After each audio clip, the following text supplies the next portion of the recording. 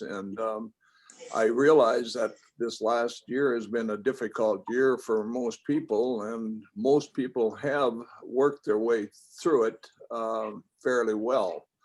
A lot of them have had to put a lot of extra work into making them actually, I think, successful. So the long and the short is, I'd just like to thank you all for giving it a good go. And I hear a lot of different reports from out there as to what everybody is going through, and I found most of it to be very interesting. We in Fargo and in Bismarck and Aberdeen, the 3 stores that we run, and actually one of Franson's stores out there that he runs, we've all had a plan that's changed quite frequently, because what seemed like we were going to get through this fairly fast, it hasn't happened yet. So I'd like to thank everybody that's been out there working hard and that has really put a lot of effort into it. There's a lot of people around our offices and your offices and out in the field, the other franchises. Some have had a good year, real good year, and some have been struggling with this, I think, virus because of either lack of help or actually whatever they had to take in, I think, solved. They had done a pretty good job of solving it. So again, I'd just like to welcome everybody, and let's have a go at it. Thank you now. First taken into custody last Tuesday for serving customers. All right, Ted, you ready, bud? Yep. So again, I want to thank, just not to copy Jerry, but I do want to thank all the franchisees out there for being committed and giving it a go. I was able to see 24 of you guys out there this year, and hope to see some more of you next year. But what I learned out there is that everybody has different challenges, and we want to, as a franchisor, I want to work through those with you to make you guys as successful as you want to be and can be. And later on in the meeting, we're going to talk a little bit about our ABC University that we're going to be launching hopefully this first quarter. So to help you guys with that. But again, this is really different for me. I'm not much of a Zoomer anyway, but I'm hoping this is a success. I hope everybody gets something out of it and we can leave this meeting feeling good about it. Other than that, I'm good. Sounds great, guys. Thank you for the introduction to ABC first Zoom event. I think we were just talking via email, Ted, you and I think Lee sent the email actually. Going to be 45, 50 degrees in Fargo for this meeting that we're having on Zoom now, which is crazy considering. But there's absolutely no snow on the ground in Fargo, and there you go. First Zoom meeting, nice as heck outside. So, all right. So, Brad, are you ready, bud? Anybody else have anything they want to add? Or are you guys, Brad, you ready to rock? I'm ready to rock. All right. And then anybody that comes in, I'm going to mute them. But one more thing, if you have questions in the duration, Jerry and Ted are here for the seamless roofing and whatnot on product stuff. Brad is as well. But just throw those questions into the chat box, and then probably towards the end we'll go through the questions if that's all right. Unless something pertains to what you're talking about during. Okay. Sounds good. All right. Thank you. Well, good morning, and like everybody else has said, getting a little feedback. Hang on.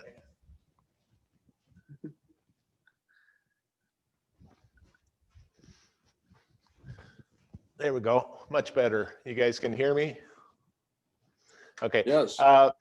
Thanks for doing this. Last year we tried it up in Fargo, had a great attendance. I see that a couple people are back for kind of refresher training. That's super. I see some new faces. Diana, welcome back to ABC. Haven't seen you in a while. Good to see you're back involved. So what we're going to do today is I'll give you a little history of the company here, and then we'll get into the parts and pieces. I am in our training center. Off to my right is our roofing training area off to my left is our siding training area. So we're going to focus on the roofing, obviously. So I'm going to share my screen here.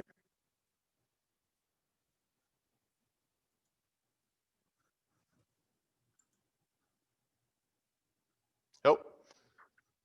I need to have the host capabilities.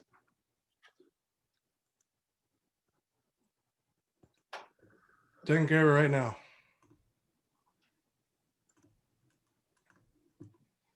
Should be good, right?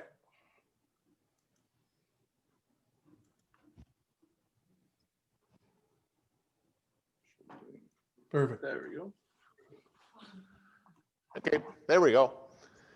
Just a little hiccup, not a big deal. So as I mentioned, we're going to talk about a little bit about the history of the company. Most of you know this, that EDCO was started in 1946 by Art Edwards and his dad and brother. We're in our third and fourth generation. Art's two daughters are the owners now, and then Art's grandson, Kayvon, is involved in the company. He's been going through management training, learning how all the different departments work together. He's been with us probably about 15 years. So he's got a number of things under his belt. He's been out in sales. He, gone out and met the dealers, tried to get more familiar. So when it's his time to step in, our company will be just continuous, like there wasn't any changeover at all. Art did a nice job of doing that transition planning before he and Gail died. So as I've mentioned, if you've ever heard any of my presentations before, we talk about where we get our materials. We do 100% US sourced materials. The reason being for that is it gives us better control. We know the quality, we know our vendors. We might not get stuck on the dock in San Francisco or something like that. So I just had a pop-up, sorry guys. So it's really important. That way we control our own processes, even though sometimes like this year we got a little behind. It would have been a lot worse if we were buying it, trying to get it in from Canada or overseas somewhere. So we're vertically integrated. What that means is that once we bring the raw materials in, the paint, the coil, it for the most part doesn't leave this factory or our buildings until it ships to you, our customer. There's a few exceptions. I'll have one later on I'll talk about where we paint the coil, we send it out to a manufacturer, they make a product for us and they send it back to us. But otherwise we buy direct from the paint suppliers, we buy direct from the steel mills. And like I say, then we, if there's any issues, we can ship it right back to Chicago for the steel mills or Columbus for the paint or, whatever. Much easier, better control that way. Our product, we distribute it in 40 states and Canada.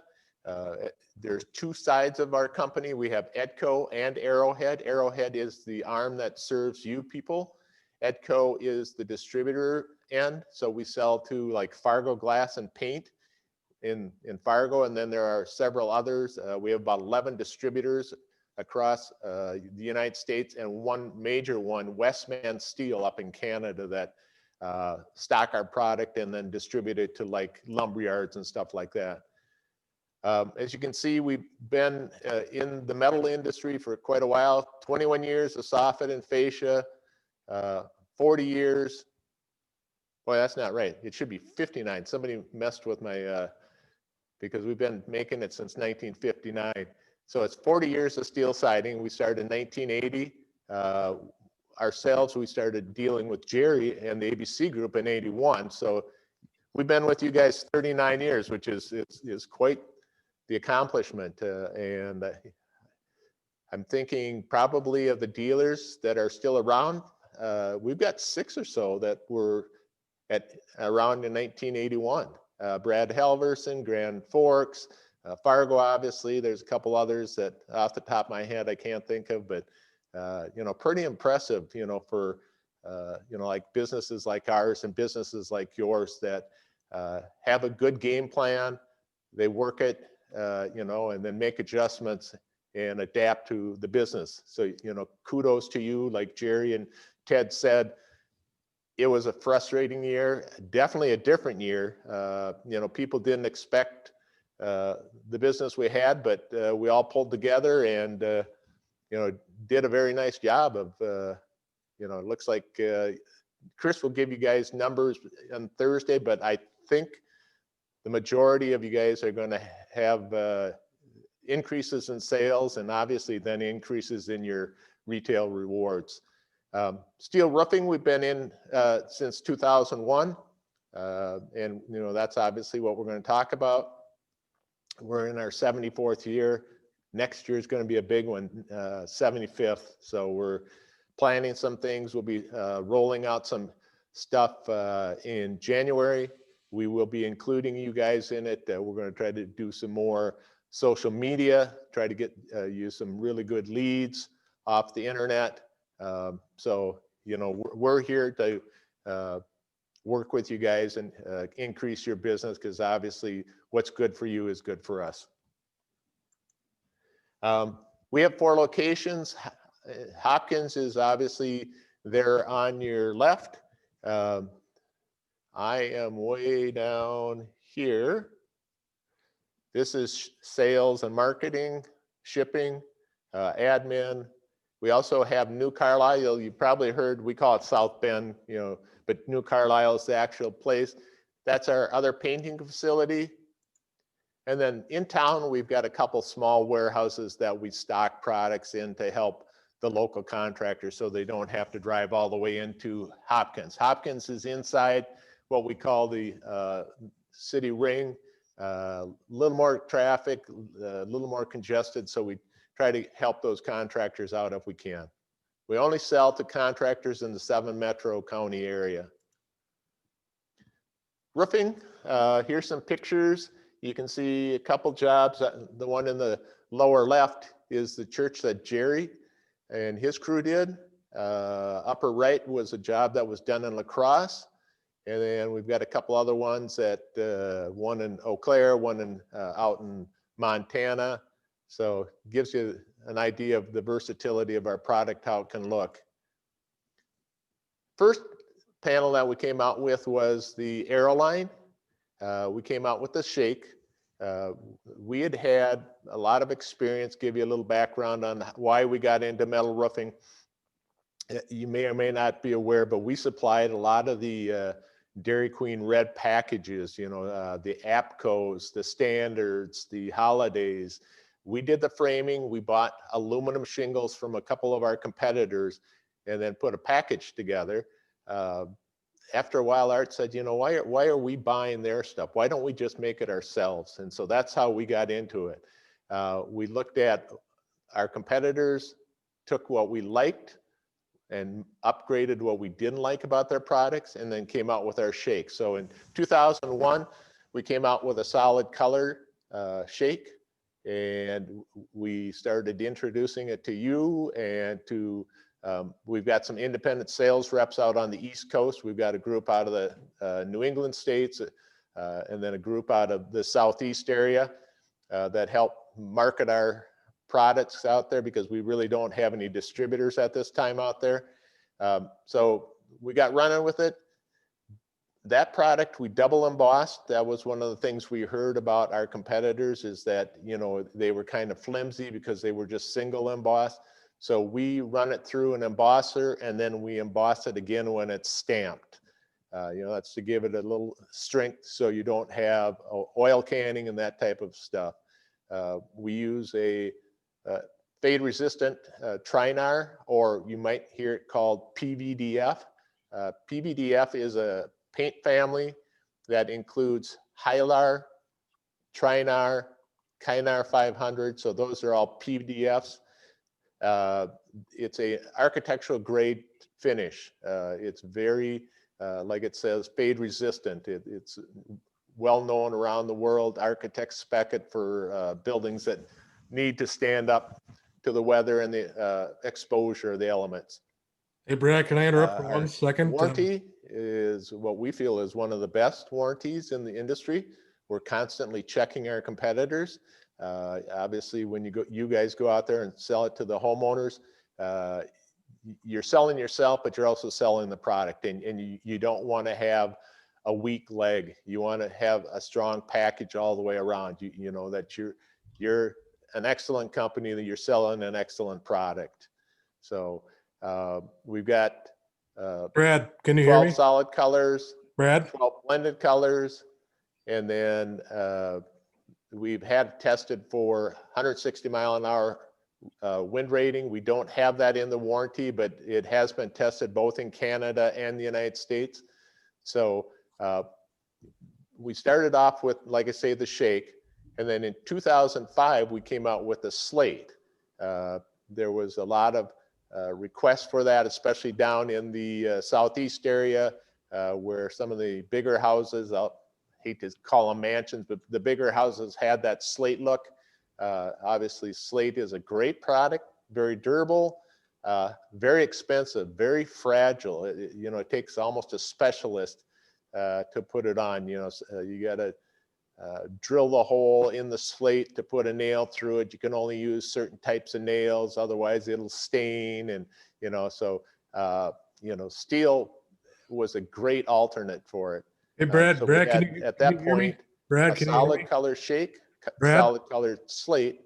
And as time went along, you guys asked for something that looked a little more like a real, like a shingle that had multiple colors on it. So we went to work, and 2008 came out with what you see here. Brad, if you can hear me, we have Hang on a second, Scott. I'll give you a remote control in a second. okay, we got have the people shake that are waiting and to then get the in the slate. meeting. If you can hear me.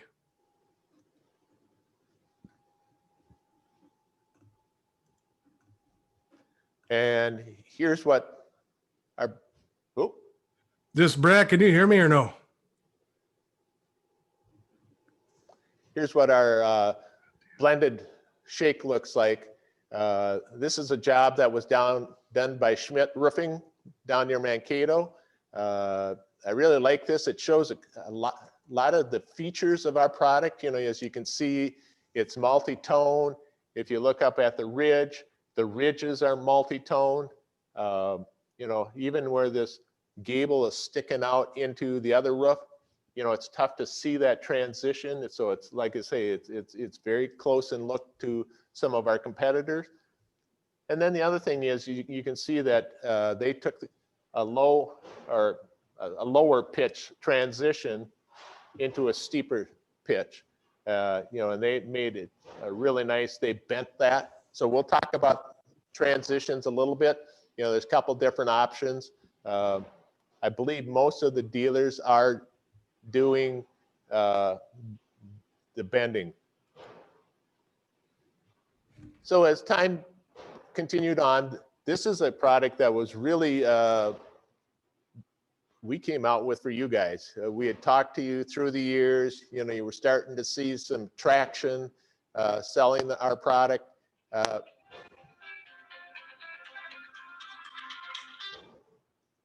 Yes, sir.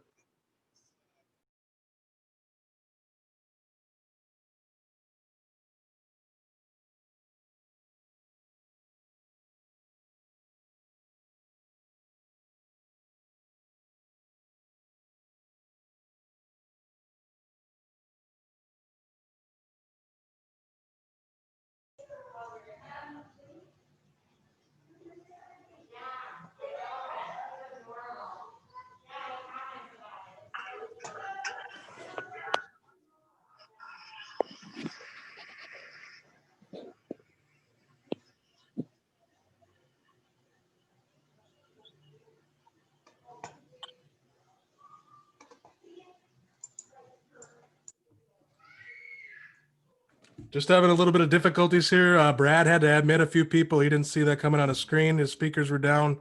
And right now, Brad, you are muted and you can't hear me either. So this is just what happens when you share host. So give us a couple minutes for technical difficulties.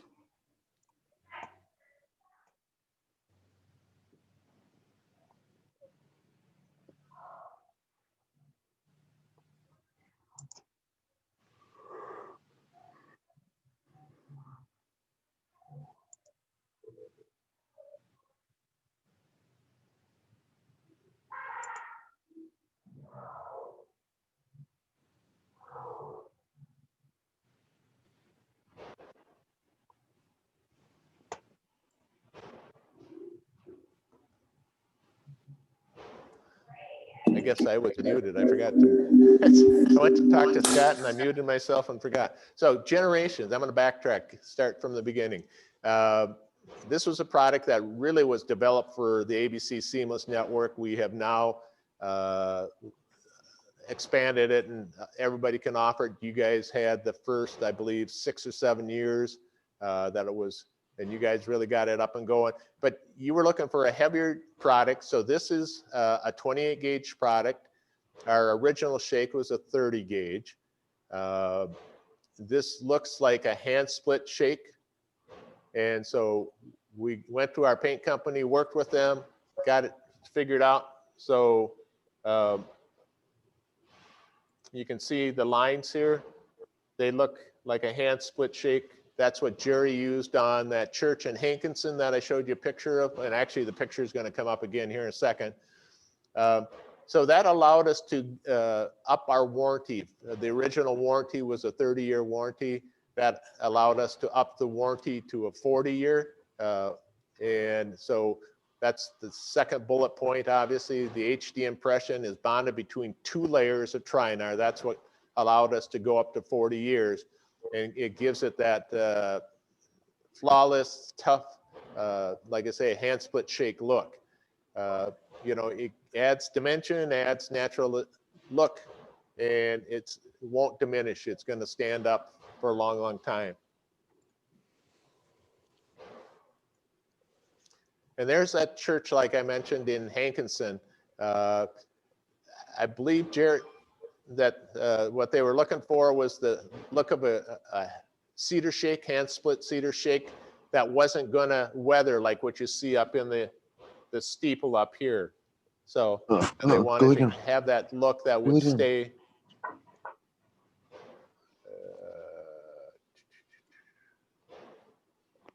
All right, Brad, you're gonna, I don't know if you can hear me or not, but you gotta have to mute people as they come in too if they don't mute themselves. So whoever's on the call making it looks like you need something. You want to just text me and let me know what you need. Yep. And I'll continue on. Yep. Infinity was our next product. Like I say, we're always looking to add new products, new colors.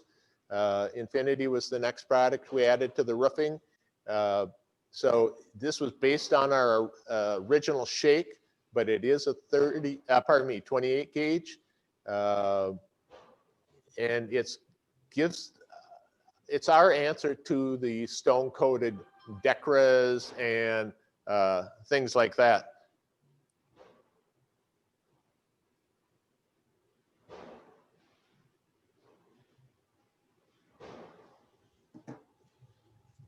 Gotcha.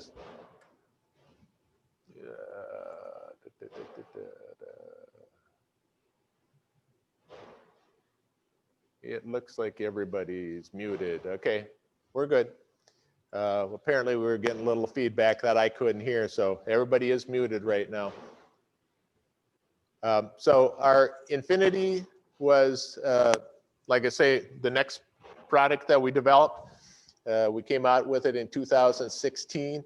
It was based on feedback from you, the dealers. Also, we had some consumer focus groups. We were down at the Minneapolis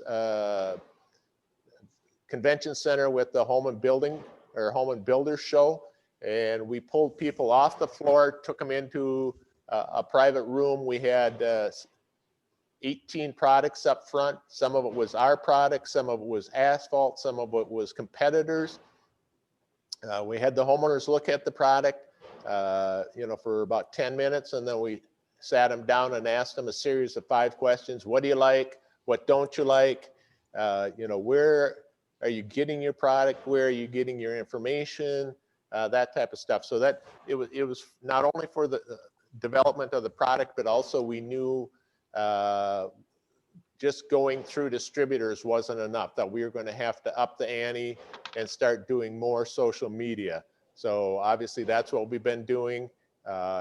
Christy Peterson, who's our marketing manager, does a really nice job of doing that. We've got a young gal that's helping her who's really into social media too. So like I said, for next year, 75th anniversary, we're going to be doing even more. We're going to put some more money into it. That'll help us, help you. So, but back to the Infinity. So we found that information out. We knew that we needed to have some texture on it. Not necessarily the big granules that some of our competitors had, but you know, they wanted that feel to it, and they wanted the multi-blended colors. So we worked with our vendor again, came up with Infinity. As you can see in the picture here, we've got, you know, several colors. We've got 9 colors right now. And it gives us that, as you look at the little inset here, you can see that it's, even the granules that we put on it are colored. You know, you got some beige, you got some black there. And that allowed us, since both of those are that allowed us to continue with the 40-year warranty. We do have a lifetime warranty, obviously, on the materials and the paint, but the 40 years for the fade protection. And as I mentioned there in the 5th bullet, it is thermal bonded. It is actually heat treated into it. And, you know, so it's not going to come off. Cool roof, you know, we've got it out being tested for Energy Star, but we can't call it Energy Star until it goes through the 5-year process. Obviously, we won't have that until hopefully sometime next year or maybe 2022. I'm not sure when exactly we submitted our panels, but it does take a full 5 years. What they do is test it. If you pass it, then they put it into progress, and then they test it at 2.5 years. We passed that one, and so now, like I say, we should be hopefully next year sometime be able to add Energy Star ratings to the Infinity roofing. And here's a picture of one of the early jobs that we did. This was the original aged bronze. It's not the enhanced, but it was done for a customer just down the street here in Minnetonka.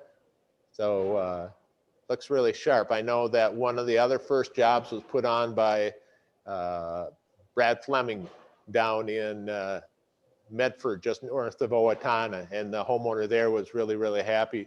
In fact, then Brad went and put it on the front of his storefront. So he put a little mansard out front so he could show the product off. One of the benefits, you know, in talking to you, the dealers, you know, like I say, with Brad having put basically the second job on, we asked him, you know, what the contractors, the installers liked about it. And we were, you know, concerned that maybe they wouldn't like the grit of it, but he actually said that they loved it because it made it a little more secure to walk on. And then it, as you can see in this picture, it held the snow for the homeowner. On the left side here is our regular Arrow line. On the right side is the Infinity. You can't see it because it's under the snow, but this is on a mock-up just outside the building I'm in. We were testing them,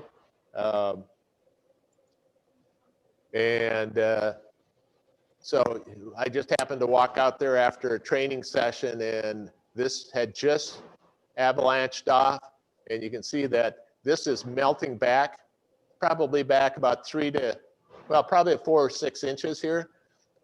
Later on that day, the rest of this came off, but it did hold it longer and did allow it to melt down. And that was kind of one of the reasons for the texture that we added. Here's the color palettes that we have right now. We are making some changes. They are working on a letter that's going to be going out to everybody. It'll talk about the whole product line. We're discontinuing some slow movers, some of the light blocks and stuff like that that we just don't sell a lot. We figure we can just do a paintable. So I believe that's going to go out at the end of the month here, or beginning of January. Chris will talk a little bit more about that. He's working with Steve Spalding on that. But I am aware of that. Like I say, they're working on the stuff because when we have our sales meeting, they've been giving us a little bit of an update of where we're at on it and when we might expect it. Here's some new colors we added, God, 2 years ago already. The weathered wood, wow, it looks really nice. We've seen a lot of jobs, probably in Wisconsin alone. I can't remember what city there. Our rep over there, Logan, he works for us, has sold probably 5 or 6 jobs of that. He sold the first one, and then the homeowners go and look at it, and then it just kind of makes it so much easier to sell. The Roadhouse is a nice, it gives you kind of a rusted, galvanized look. We almost should have tilted this back because it looks better at a pitch. All these photos obviously are straight on when we're doing our photos. A lot of times we put them straight on, and then we'll start to tilt them. We do a 6 and 8 and a 10, 12 pitch. So go steel, you know, the homeowners probably going to ask that. Obviously, it's very durable, virtually maintenance free. You guys are, I know a lot of times doing, you do a pitch that it's a full product line. You can do steel roofing, you can steel gutters, fascia, soffit with the Winlock, I believe it's called, that you guys make, and then you can do steel siding. So you can give the homeowner basically a coverall or do the entire envelope in steel. So you guys know the benefits of steel, obviously, you know, that it you know, is durable, doesn't rust, et cetera, et cetera. You know, I'm going to jump to the third bullet. You know, obviously, as I mentioned before, steel is going to stand up better than the aluminum out there, especially with the 4-way lock the way we've got it. And then if they use the 5 clips, you know, it will withstand winds up to 160 miles an hour. Oh, that's 5 clips with screws. Obviously, you can use nails, so that'll just decrease it a little bit. I believe it drops down to about 130, which for most people will work. As I mentioned before, it's double embossed for extra strength. Color coordinated siding and soffit. Obviously, what I'm talking about is we've got T-tone roofing, we've got T-tone gutter coil, we've got T-tone soffit, fascia, you know, so things like that. Energy Star rated, we discussed earlier. And probably the last bullet on the bottom there, maybe is one of the more important ones, is that we don't have to do any special decking. If you look at our competitors, some of them have to build up with batten strips, you know, to give it a cool roof, as they call it. Ours is a cool roof. You know, the pigments that are in there make it a cool roof. So you are going basically what we call direct to deck. So I had a question text to me. By the way, Scott is texting me stuff. So if you have any questions, and probably should have covered this before, and I mentioned PVDF is the paint finish that we use for our roofing. It is a paint finish much like PVC or enamels or stuff like that. There's more than one vendor out there that makes the paint. The question is, what is the difference between Kynar 500 and Trinar? Really, there isn't any. Kynar 500 is a trade name. It's a licensed name, much like Duck Mat is. And Trinar is AkzoNobel, our paint supplier's registered licensed trade name. So they're the same product, Kynar 500 and Trinar. And then, like I say, there's Hylar 5000. Those are all the same product, just a different vendor. So, you know, you're getting one from AkzoNobel, you're getting one from, God, I can't remember what the other one is. It used to be Penwalt, but it's like EDCO or something like that. They're Just to jump in here New Zealand, but for Brad, so who can hear me. Brad the knows same everything paint about finish. So product. the reason we are particular about using Trinar is we used to say Kynar 500, and then at one of the conventions, and I wasn't there, so I don't know which one, but apparently the people that own the licensing rights to Kynar 500 came up to us and said, you need to stop using this. You need to use the correct term. And we talked to AXO and they said, yes, you should absolutely. Otherwise they will sue you. So no difference, but you know, we just have to be careful about not confusing homeowners. Hopefully that answered whoever's question that was. So we're going to get started with the parts and pieces.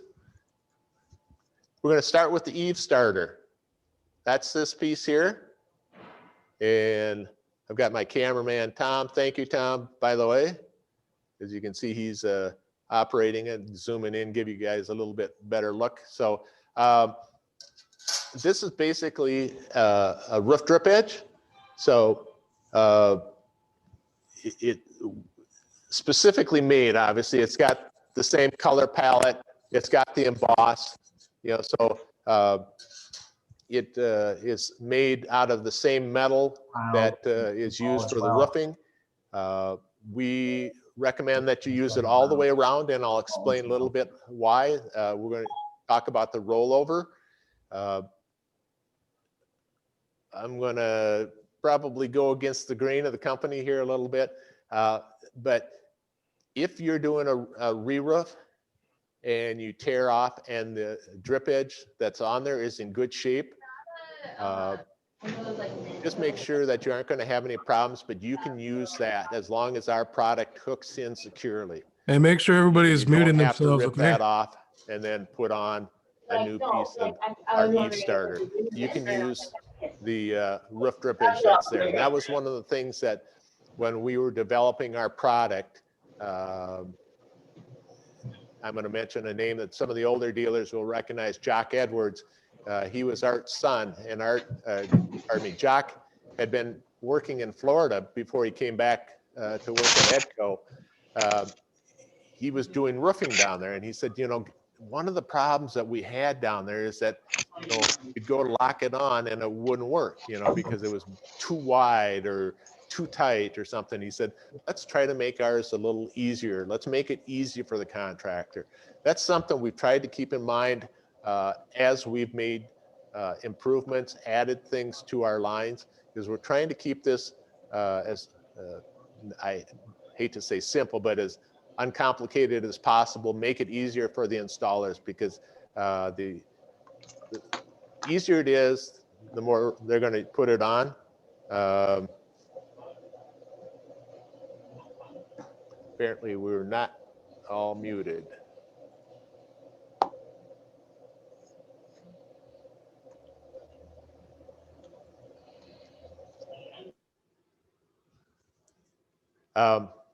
You guys might be hearing a little bit of feedback from our plant. We're still pretty busy, so the siding line occasionally fires up and you might be hearing a die fire. So, but thank you, Scott, for texting me, keeping me in the loop. So you can see that here is the eave starter. It's screwed in place or nailed. And then you put your ice and water shield over top of it.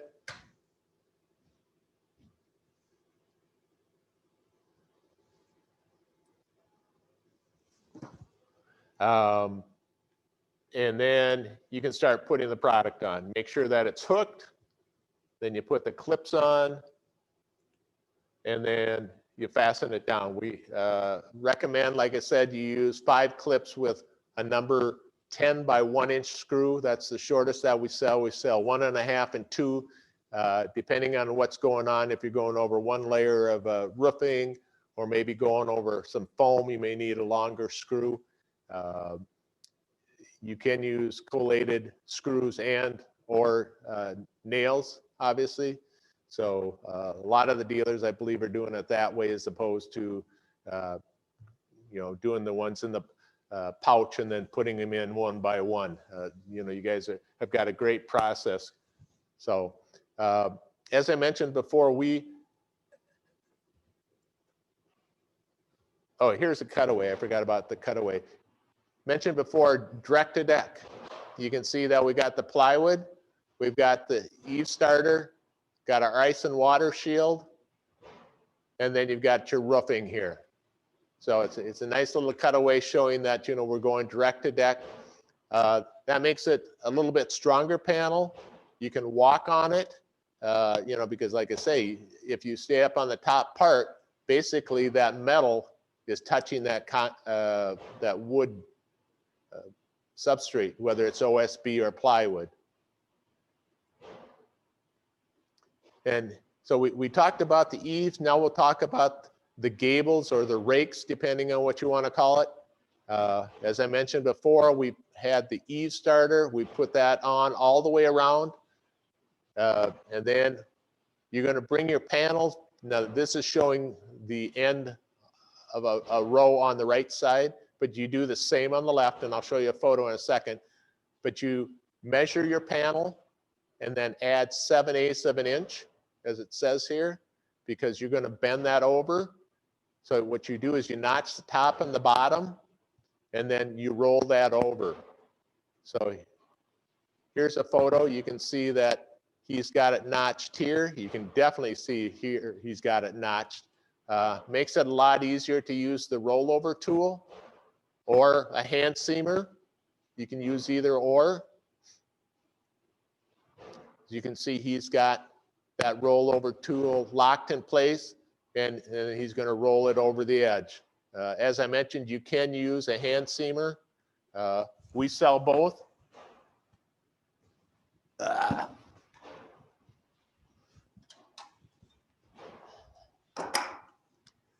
This is the rollover tool, and I know a lot of the dealers use this. So what you do is you slide it into the panel right here by where my finger is, and then you lock it up, and then you roll it over, and then you just take it out of the, so you just pop it out of the way. So very handy tool. We sell them, we stock them. This was developed by one of our maintenance guys. He was doing his roof. He had some arthritis in his hand, so he couldn't really use a bender like this. And so he came up with this. This was something that really works slick. And so we gave him a little credit. His name was Leon Thompson.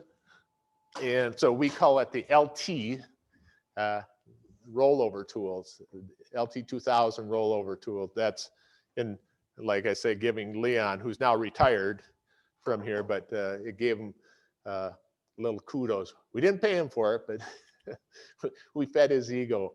We gave him a bigger title, as they say. So, and then here's what it looks like. It's nice and clean. Like I say, that is the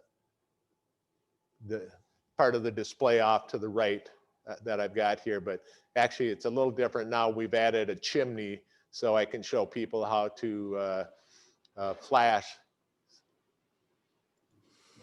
Just so everybody on your Installing notes, the you guys panels, can throw the questions in the here's what we're chat going to box. talk about. I'll relay 'em to Staggering Brad. and then making sure that you use Thanks. the 5 clips. The clips are, I don't have one. Oh yeah, I do. Just this little piece here. And I'll try to hold it up. And Tom, you're doing a great job. Thank you. You can see that there's a hole for a nail or a screw. And what you do is you just clip that on to the shingle. And then you're going to use them, as you can see in the drawing, you're going to put it 5 inches here, 10 additional inches. So 5, 15, 25, 35, 45, and then it's 50 inches. So like I was mentioned, there's the hole for the screw and the nail. And then 50 inches long. If you do 4, then you've got to space them different. it's been tested, it's been approved, but then that drops it down to about 110. So if you're looking, if you've made a pitch to the homeowner about the higher wind rating, then you need to use five clips, 5 screws. Stagger pattern. I'm going to go back a notch, or back a slide here. I thought I was going to go back. There we go. As you can see here, we've got little dimples. You know, we've got a 3, a 4, and a 2. Some of the panels actually have a number. And what those are for is so when you're cutting the panels, that helps the guys out in the field rather than having to get out a tape measure every time and, you know, measure out 12 7/8 or whatever the dimension is. They can find these marks here and, you know, just cut. So a full panel is a number 1 panel, if you want to call it that. 2 panel, or your second course, starts with this smaller piece.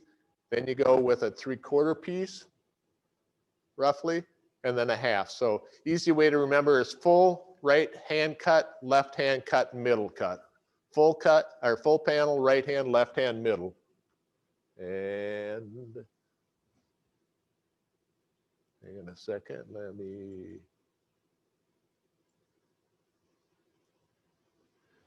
Okay, I just had to admit somebody and then mute them again. So you can see that that's how the panels work. And as I mentioned, you got a full panel, a number 2 cut panel, a number 3 cut panel, and a number 4 cut panel.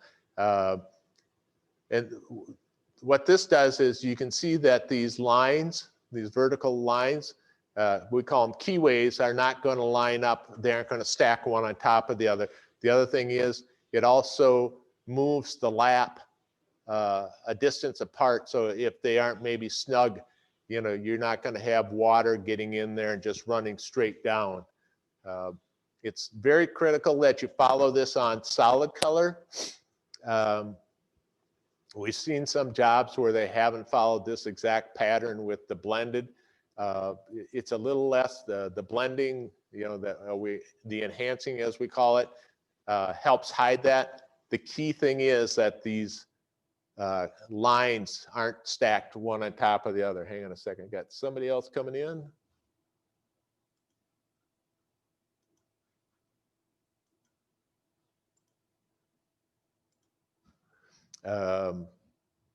So, you know, like I say, it's critical that with the plane panel that you do this. Otherwise, what's very noticeable is the seam, because it just lays down a little bit. The shadow is a little bit darker. And here's a job.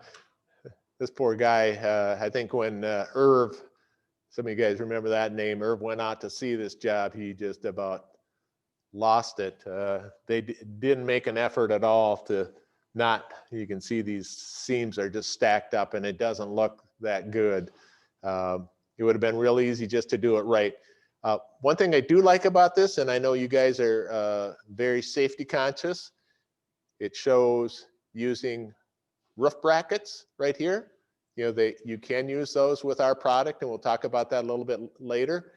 They put some cardboard on there to protect the surface so it's doesn't scratch it. The other thing is up here, you can see that they were using tie downs.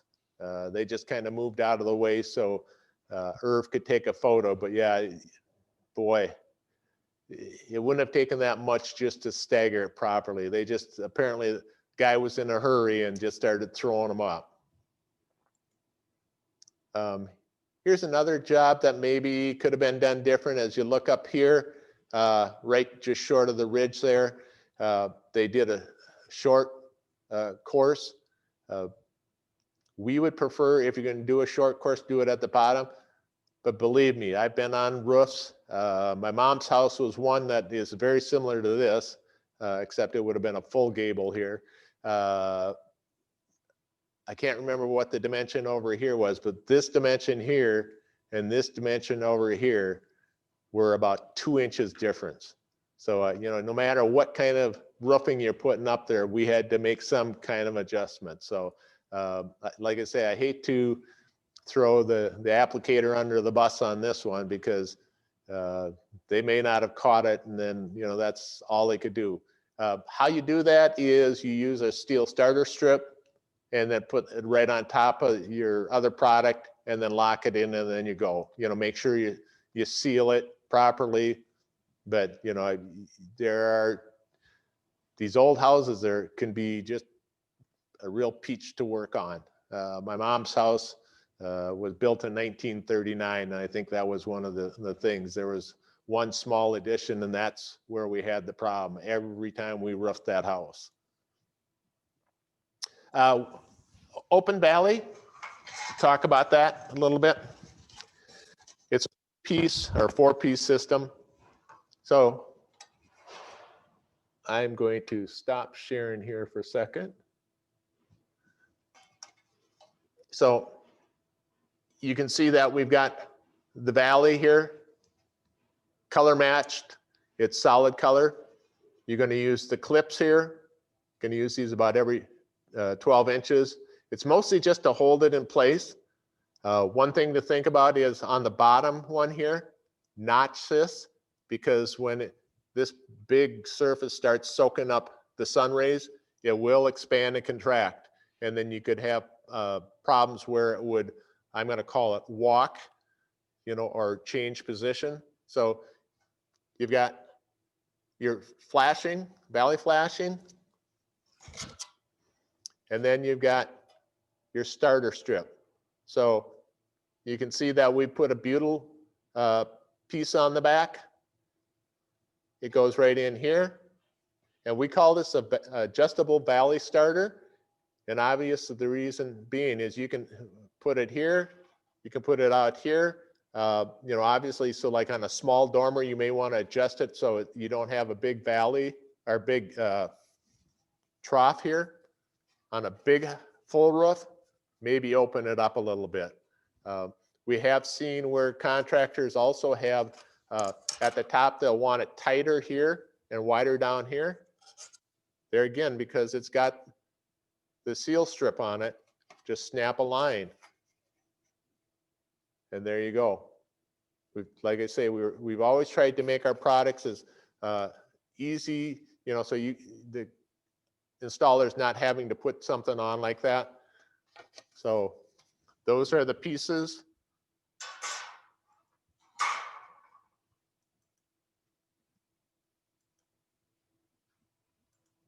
And there's what it looks like in the drawing. So I thought we'd zoom in. I realized that when I was talking before, even though Tom was zooming in, sometimes it's better to give you a full screen of what I'm talking about. So here is the clip that I was talking about. It's tacked in place. Then you've got your starter strip. You've rolled over your shingles just like you do to start and stop a course. And then, you know, like I say, depending on how wide you want this area, this shows a full width. Obviously, like I say, you could adjust that down in tighter if you want. You can't adjust it all the way tight, but because you've got to leave enough room to allow the rollover. And here's what it looks like, you know, in our valley, in our training center. Obviously, we've done it out full width. And, you know, what we do is I bring even our sales staff, all of our sales staff has been over here, gone through training. We've actually had what we call hands-on. So I've got a level 1, a level 2 training. You know, so that's going to be something that we've been talking with Ted, is to get out in the field a little bit more. And he's going to mention some things that we're working on that will hopefully roll out if this COVID thing gets better and goes away. Some advanced training. He's got some great ideas about integrating our roofing with the siding, and you know, kind of having an ABC training facility. Like I say, Ted will talk a little bit more about that. It's exciting. He's got a great vision for helping the installers. So here's a drawing of of what I'm going to call a floating valley.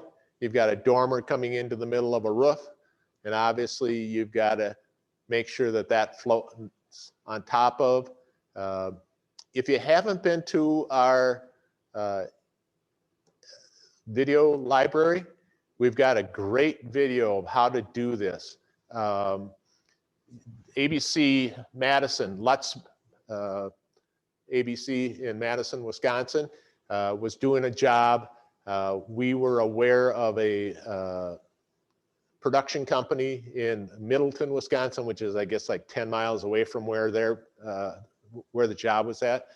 We contracted with them to rent a cherry picker and go out and actually get some live footage as Jim and John Lutz's best applicator was doing the job. And he does a beautiful job showing you how to do this floating valley, start to finish. You know, when they start filming, all that's in place is the underlayment. He shows it's long enough that he had to do two pieces, so he's cutting it and sealing it, putting in place. It's about 4 to 5 minutes, but boy, it's if the guys are wondering how to do it, it's great to, you know, take a look at. In case you want to do that, I will send everybody.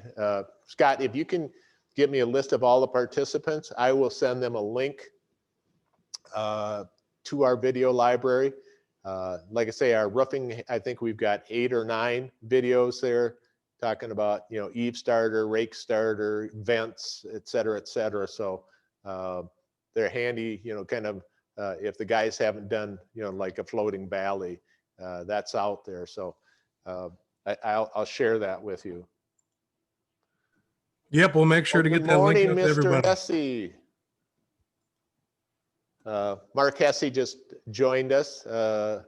If you're not familiar with Mark, Mark is our Western Regional Manager. He calls on Fargo and deals or works with Jerry and Ted, and has been with us for many, many years. He's another guy that I'll share the information with everybody. In fact, I think Chris is actually going to do it, because we've got a Western Regional Manager and an Eastern Regional Manager. Both of them have been in the business for over 30 years, much like myself, and they're very knowledgeable. So welcome to Mark. Thanks for joining us. Here's a valley that obviously was improperly installed. They used a J for some reason. I'm not really sure. Well, it might have been an older applicator. Believe it or not, back in the 70s and 80s, this is how they used to do it. They would put a valley in and then put a J in and then just run the cut panels in there. As you can see, it wasn't necessarily the best idea. Some snow and ice came down and opened that right up. We've had a couple that there's been enough force that it sheared that face right off. So that's why we don't recommend putting a cap here or putting a J in the valley. If this had been open, the ice and snow would have come down into the valley and then would have shed off the roof. Okay, we're going to talk a little bit about chimneys and sidewalls. We've got a couple different pieces here. I'm going to show you the pieces here real quick.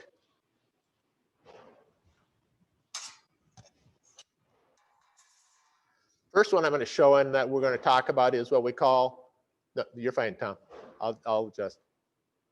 Is our end wall. So this is going to go, you got your chimney here or sidewall. It's going to go up against it. And like I say, we'll show it in a drawing. And the roofing is going to go into this channel area. And then any water that might get in there will shed out the bottom. The other piece that we added recently was what we call a head wall.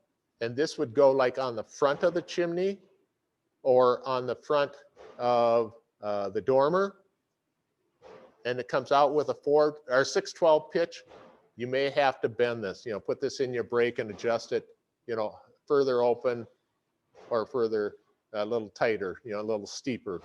So there again, both of these have the texture color matched to our product, just the base color, because we can't enhance them like we do. The enhancing booth just wouldn't allow it, but it will have the same base color. So make sure that you order the same base color.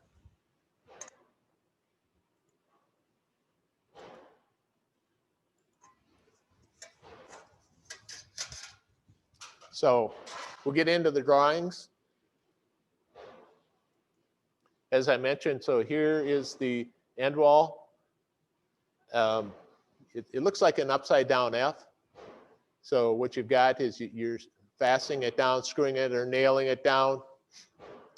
You've got your underlayment running up the wall and on the roof here. And then you're going to fasten it in place. If possible, try to take the siding off or whatever you've got on the wall there. Obviously with brick, stucco, block, you're not going to be able to do that. The next drawing will show what you're going to do in that instance. So, and as I mentioned, here's that panel coming in here. On the bottom, the bottom panel should be notched in case any water does get into that system. Even though this channel should let it flow out, you're going to give it just another area, another place for any water that might have gotten into the system to get out. And as I mentioned, here is a perspective drawing of a chimney. You can see our head wall flashing here. There's a dotted line here that shows that it's bent around the backside and kind of going up. The end wall is coming down, and you can see that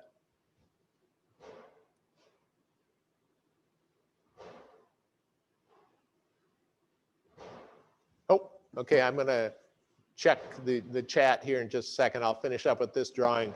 We had a couple questions that Scott thought I should address right away before we go too far. Thank you, Scott.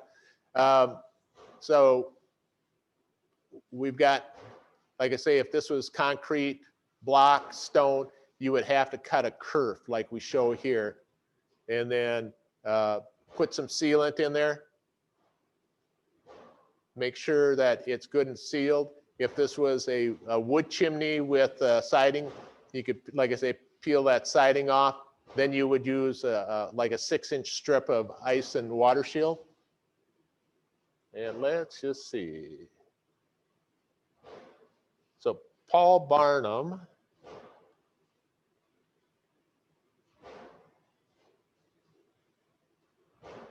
So Paul, I did get that, and Mark and I discussed it, and if it's okay with you, I would handle this one offline. We've got some thoughts on the second part of what your question was. The first part of Paul's question was, do you recommend covering the whole roof with peel and stick underlayment or just synthetic? So normally we do not recommend ice and water shield on the whole roof. And the reason being is that it needs to breathe. There is a perm rating on the synthetic stuff. So the reason for the peel and stick at the bottom obviously is because of ice dam issues.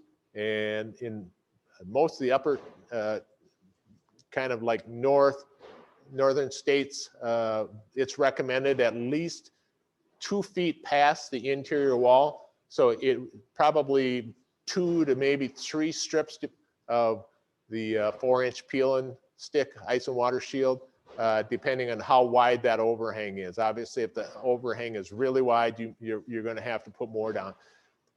Once you've gone to that point, past that 2 foot or then we recommend the ice and the synthetic, whether it's the UDL 30 or the UDL 50 that we stock.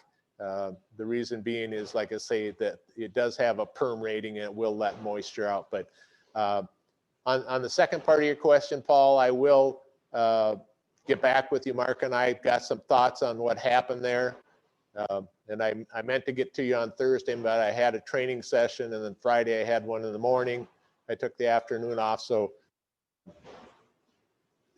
like I say, we'll discuss that. I'll probably call you right after this is done, if that's okay.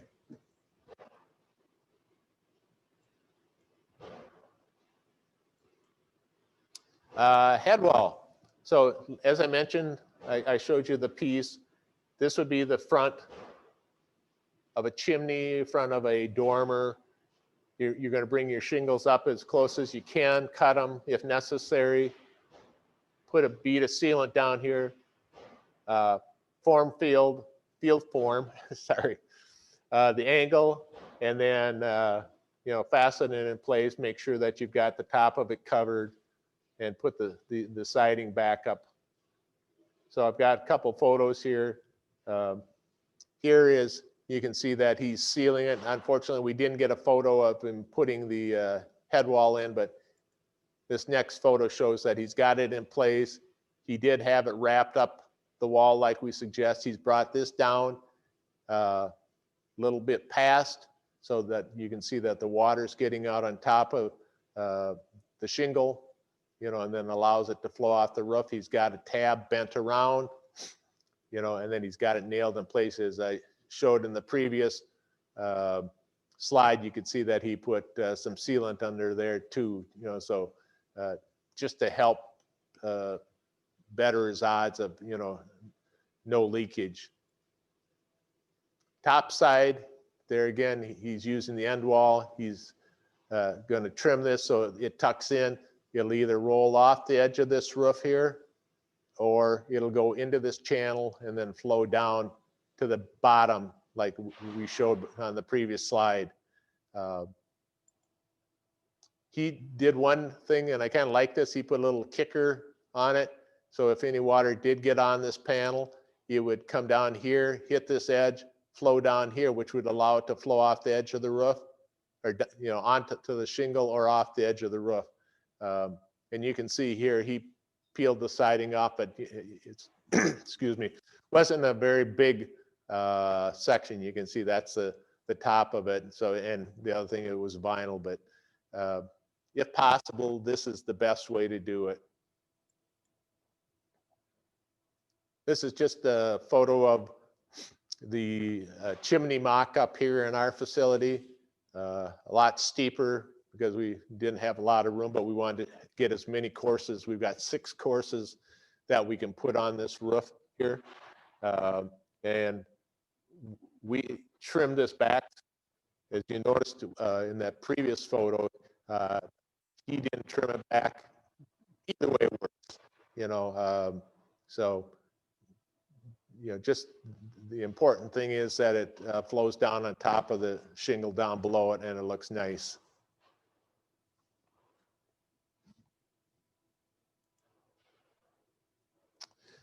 We're going to talk about ridges.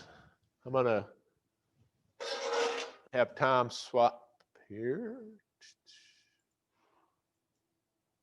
Yes. There we go. So the drawing is going to show that it's basically 2 parts. You've got this piece here. This is what we call the starter base with foam, obviously. You've got the foam on there. You're going to put that on. You're going to nail through or screw through this area. And really, a lot of the guys just nail it. They just kind of tack it in place. And I'll explain here in a second. But it gives you a nice straight edge when you're installing the hip caps. It's a little easier to follow. And then you can see a little bit of a ridge here. It tells you the landing zone for the clips.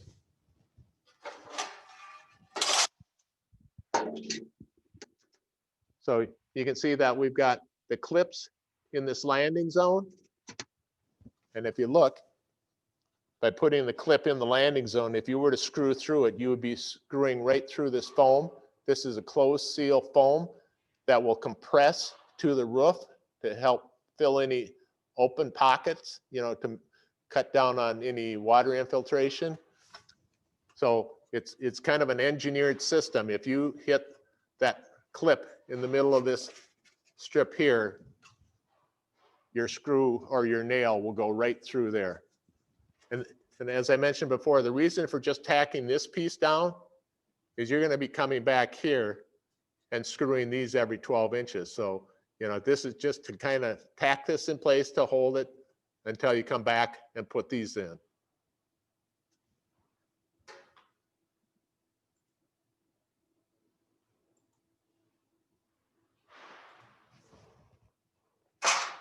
So I'm going to back up to, oops, to the drawing. So as I mentioned, this is like a ridge. Oh, I suppose it could be a hip too, but there's the ridge. You've got your ice and water shield.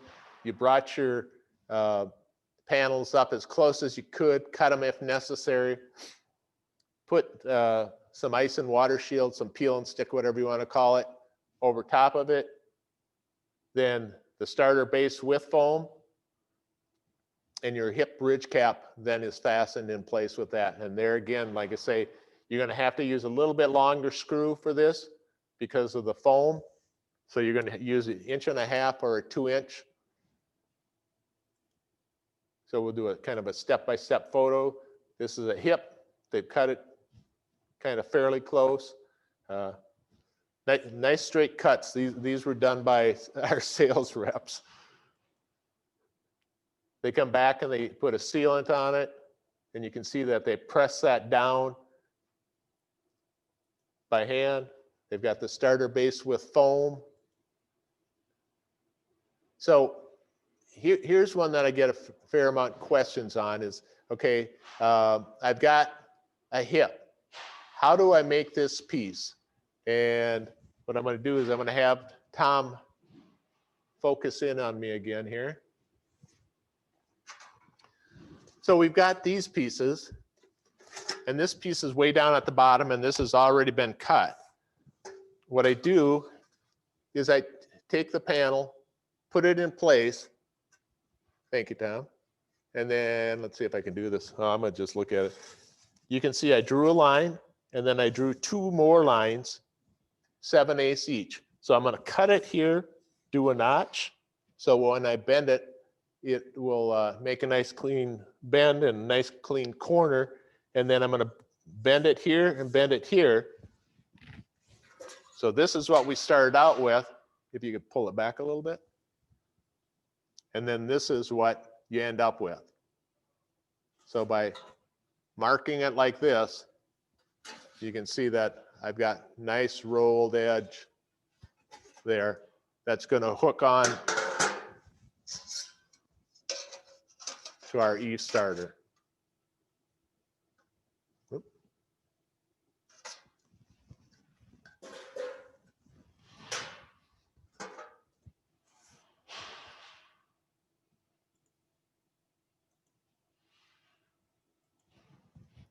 So like I said, you're cutting the tip of your hip cap away and form it down here. 5/8 is a little tight. I like to go minimum 3/4 or like I say 7/8. I think it kind of depends on what kind of decking you're on. So, you know, here's the ice and water shield, your starter base, your clips, or your caps with your clips.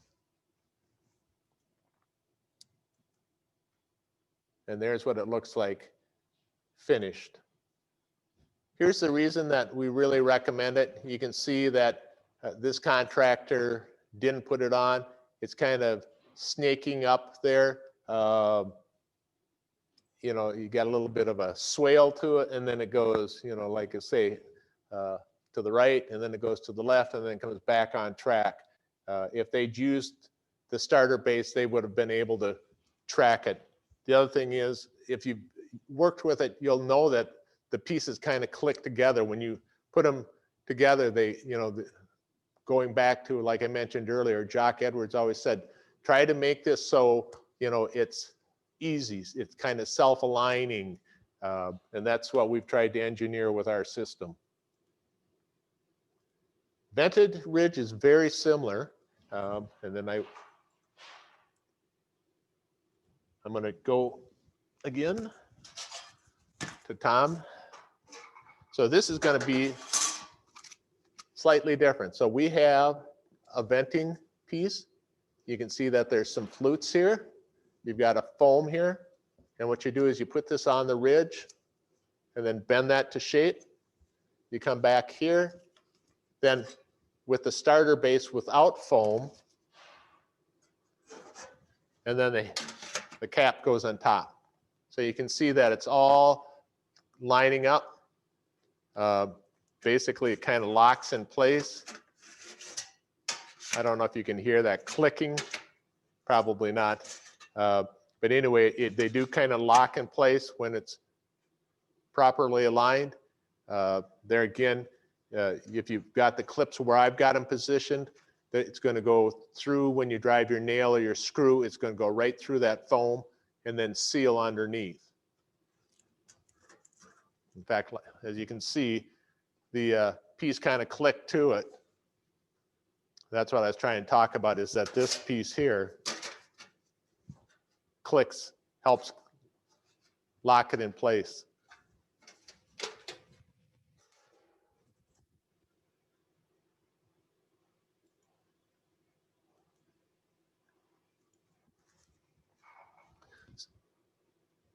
So there's our drawing. We've got the open ridge. With the manufacturer of our vent says that you need to cut a minimum 2-inch. 2-inch, if it's a engineered rafter, is fine. It's going to have to be a little wider if it's an older house with a ridge board. So if you've got like a 1x ridge board, it's going to have to be 2 3/4.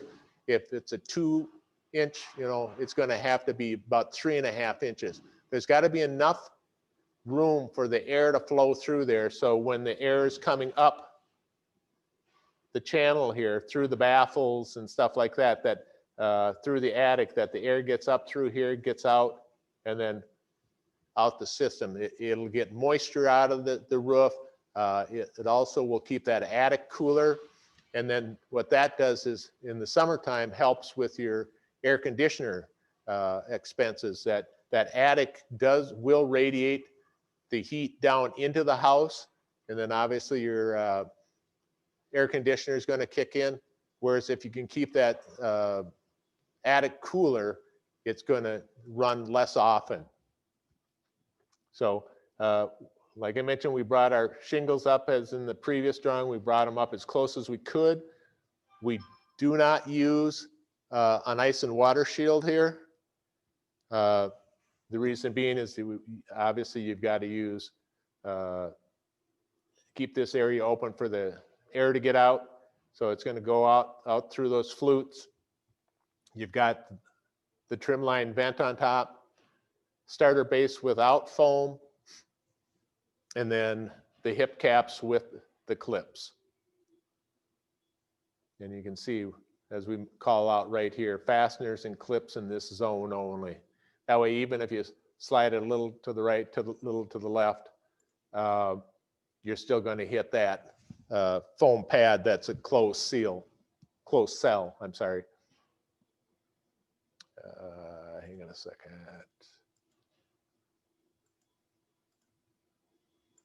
Just a little.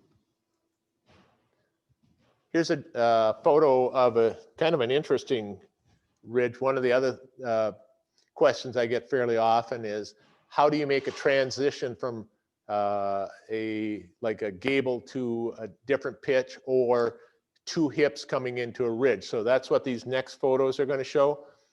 We've got two roof pitches. This is kind of like a garage, or maybe it was a family room. Over here, we've got a bigger roof pitch. So he's bringing it along. He's going to have to squeeze it down because he's going to make a transition right here and then go upgrade. he's made sure that like I say, the ridge from the family room or garage, I'm not sure what it was, is underneath. His flashing is coming down on top, so if any water did get in there, it's going to shut out. And then he brought his hip cap as close as he could. And he had to make a special hip cap. So what he did is he locked the hip cap in, kind of laid it out, realized he was going to have to notch it here, bent it, nice little flap. And then what you can't see underneath here is he's got two little flaps that he bent by hand. The next photo will show you something like this. And then he was able to go up grade. So he's coming along, comes to this kind of unique junction, hand forms it, and then continues right on up. Very professional looking, and pretty easy to do.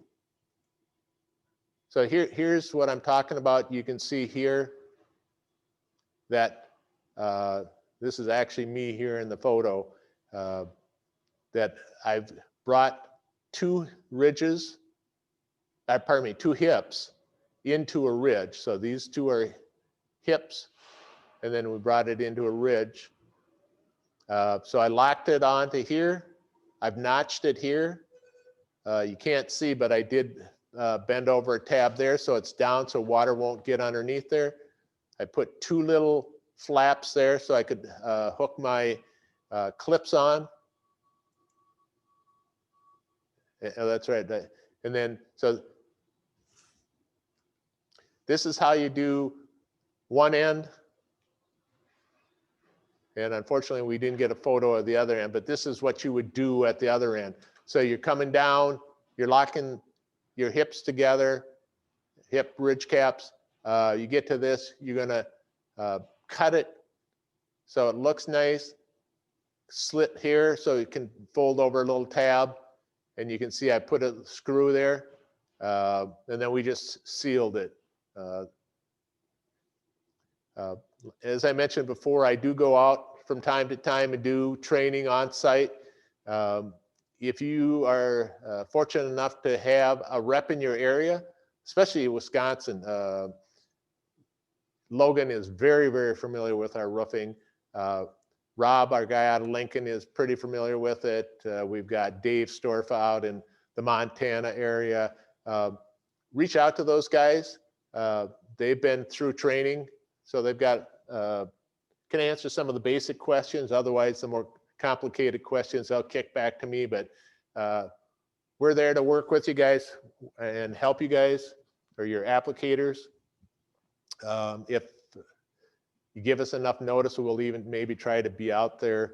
Our reps sometimes will go out there for that second day. A lot of times they won't come out for the first day. First day is, you're putting down the underlayments and all that stuff. But second day, they'll be there to help you get started, go through the pieces, show you where they go, et cetera, et cetera. Make sure that that job gets done right. Here's a job that Logan did with one of his customers. It was a distributor in his area. They had a little seating area outside of their warehouse. And as you can see, they put railing all the way around. And so what Logan did is he went out and did some training.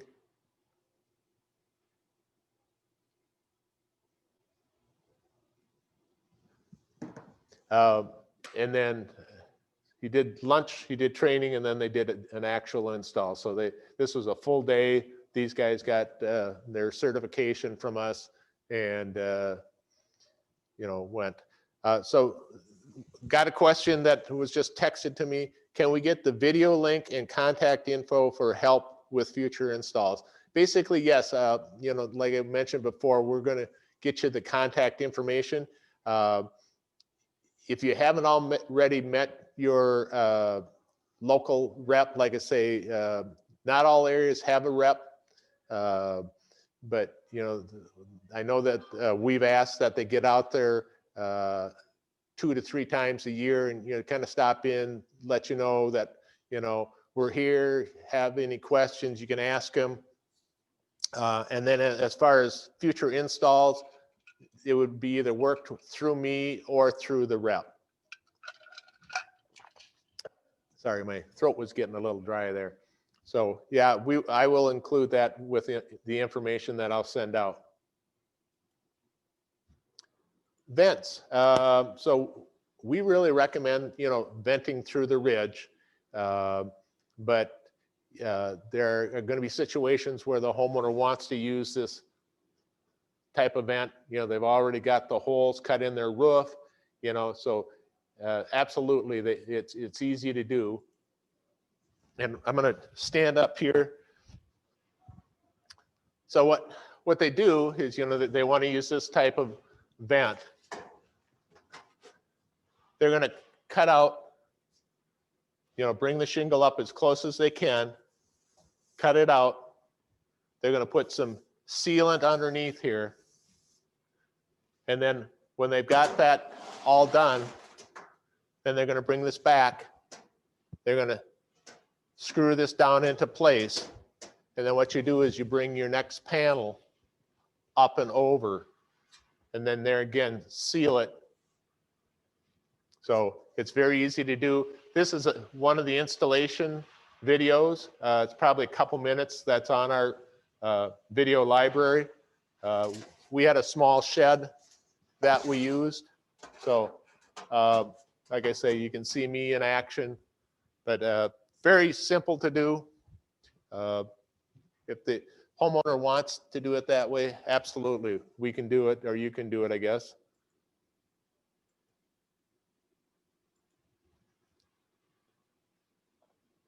So as I mentioned, you're going to bring the roofing up as close as you can. You're going to cut it. You put a sealant, you put the vent back in place, and then you go up and around it. Same thing for pipe stacks, whether it's a kitchen vent, sewer stack, whatever. You bring it up as close as you can. You can see that they've notched out. So the boot, as I'm going to call it, will lay flat. They do put sealant under here. I wish we'd gotten a photo, but you can see that the sealant is kind of gooping out over here. They put it in place already, fastened it down. And then this is looking from the top side. They've got the panel cut. They put some additional sealant so it'll seal here. And then they're going to lock it together. And there's what it looks like from the top side. What type of boot can you use? You can use either a metal or, I'm going to call the neoprene. They work fine. In fact, these work probably better with PVC coming through. Whatever your preference is, we don't sell boots. We're looking at maybe stocking some, but we don't have a good source is the problem. And then a lot of times you got to have, the right pitch, the right diameter. We find that it's easier for the roofer to, the installer, just to pick those up locally. That way, if there's the wrong size or the wrong, one, they can exchange them real quick as opposed to trying to ship them back here. Sidewall applications. I'm going to have you pan over there, Tom. And back a little bit. So what we're talking about in sidewall is basically, tilt it down. Thanks. Using it as a siding panel. You can see that there we've got several courses, a little bump out dormer. You can using the corner posts and our corner post base. So it's real simple. We don't have caps available. You would have to bend your own snap-on cap. Otherwise, you can use the hip ridge caps, and then you just put down the starter base with foam underneath and then align them up so they look nice, and away you go.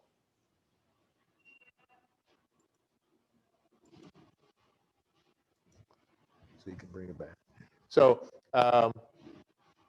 as I mentioned, you're going to get started with the starter strip, much like you would with siding. In fact, we find that homeowners, will have accents. They'll have siding with our shake, siding with maybe stone or brick, whatever.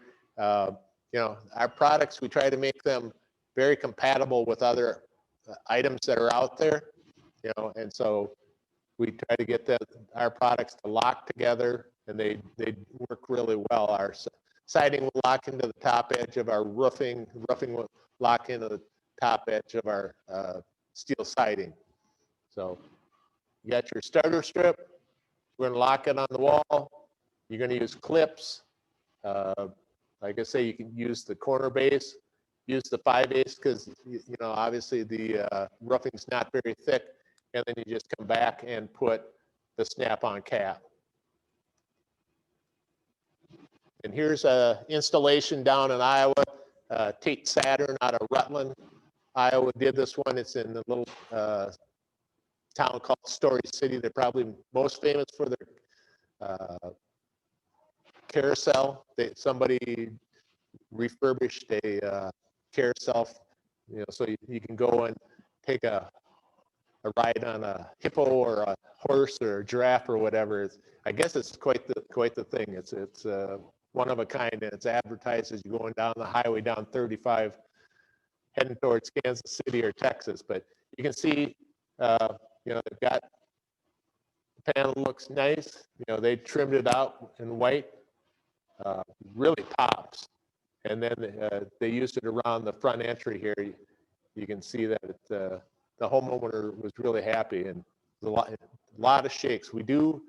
I know other dealers have done it. There are several jobs in Wisconsin where they've used the shake. So just about all of our panels look really nice. This is a solid. I've seen jobs where they've used the generation, whether it was the Cedar HD. I've seen the brown, what we call Royal Brown blend. Looks like kind of I hate to say this, but almost a cedar that hasn't been maintained, but it looks really sharp, looks really nice on a cabin. So it's kind of let your mind go wild. Here's another drawing. As I mentioned before, our roofing will lock into our siding, so you can make that transition real well. Otherwise, you can do it this way.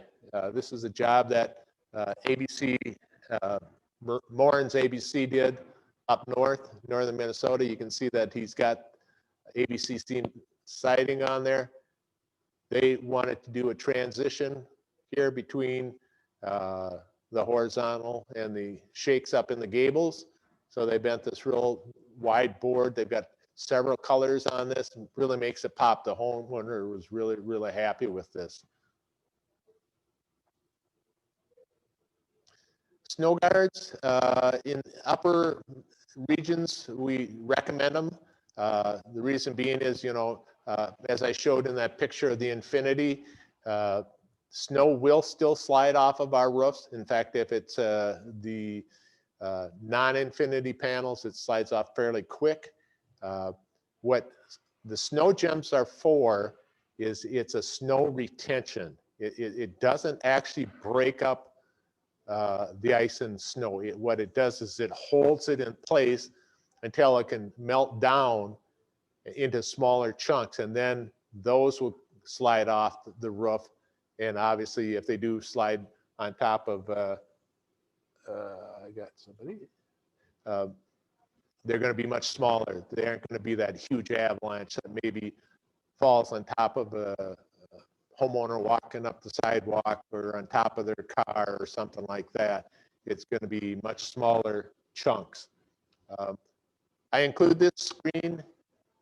Snow Gems is the product I was talking about earlier that we don't manufacture. We paint the material, we emboss it, we send it down to pardon me, we don't emboss it. We just send down the material down to Snow Gems, and here's what you end up with. You've got a two-piece You've got the snow gem that goes up on the roof, and then a clip. Depending on how you're doing it, you may not need this clip. So what I'm going to do is I'm going to step out from behind the desk here.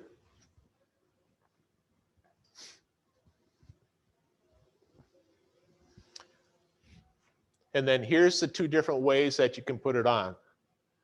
We recommend that it's put on as you're doing the roofing, much like what I showed in that vent where they notched the panel so it laid down flat. You notch about 3 inches here of this panel, flatten it out, put some sealant, hold this down about 3/4 of an inch. That way you can lock this next panel in.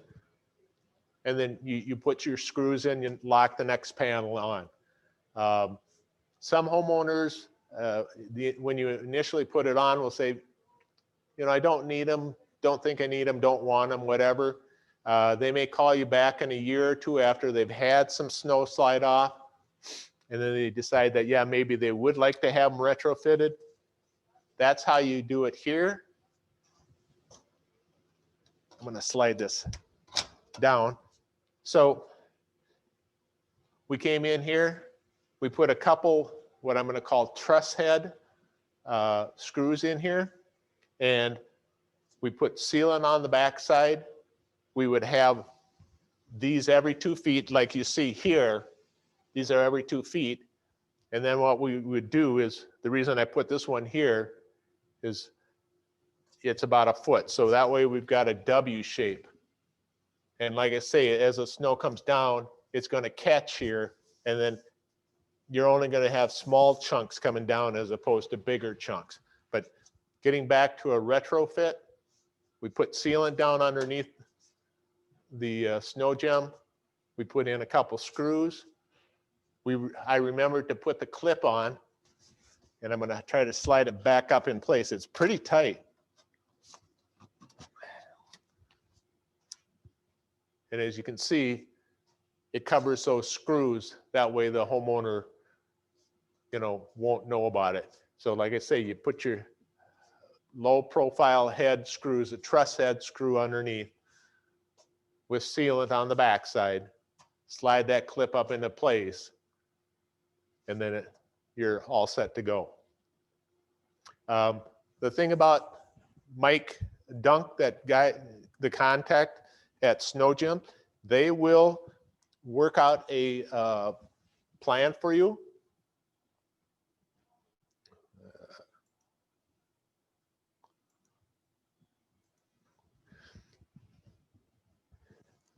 And if you can either email him or call him, what he'll do is he'll ask you the roof size, the roof pitch, and then the zip code or postal code of where the house is.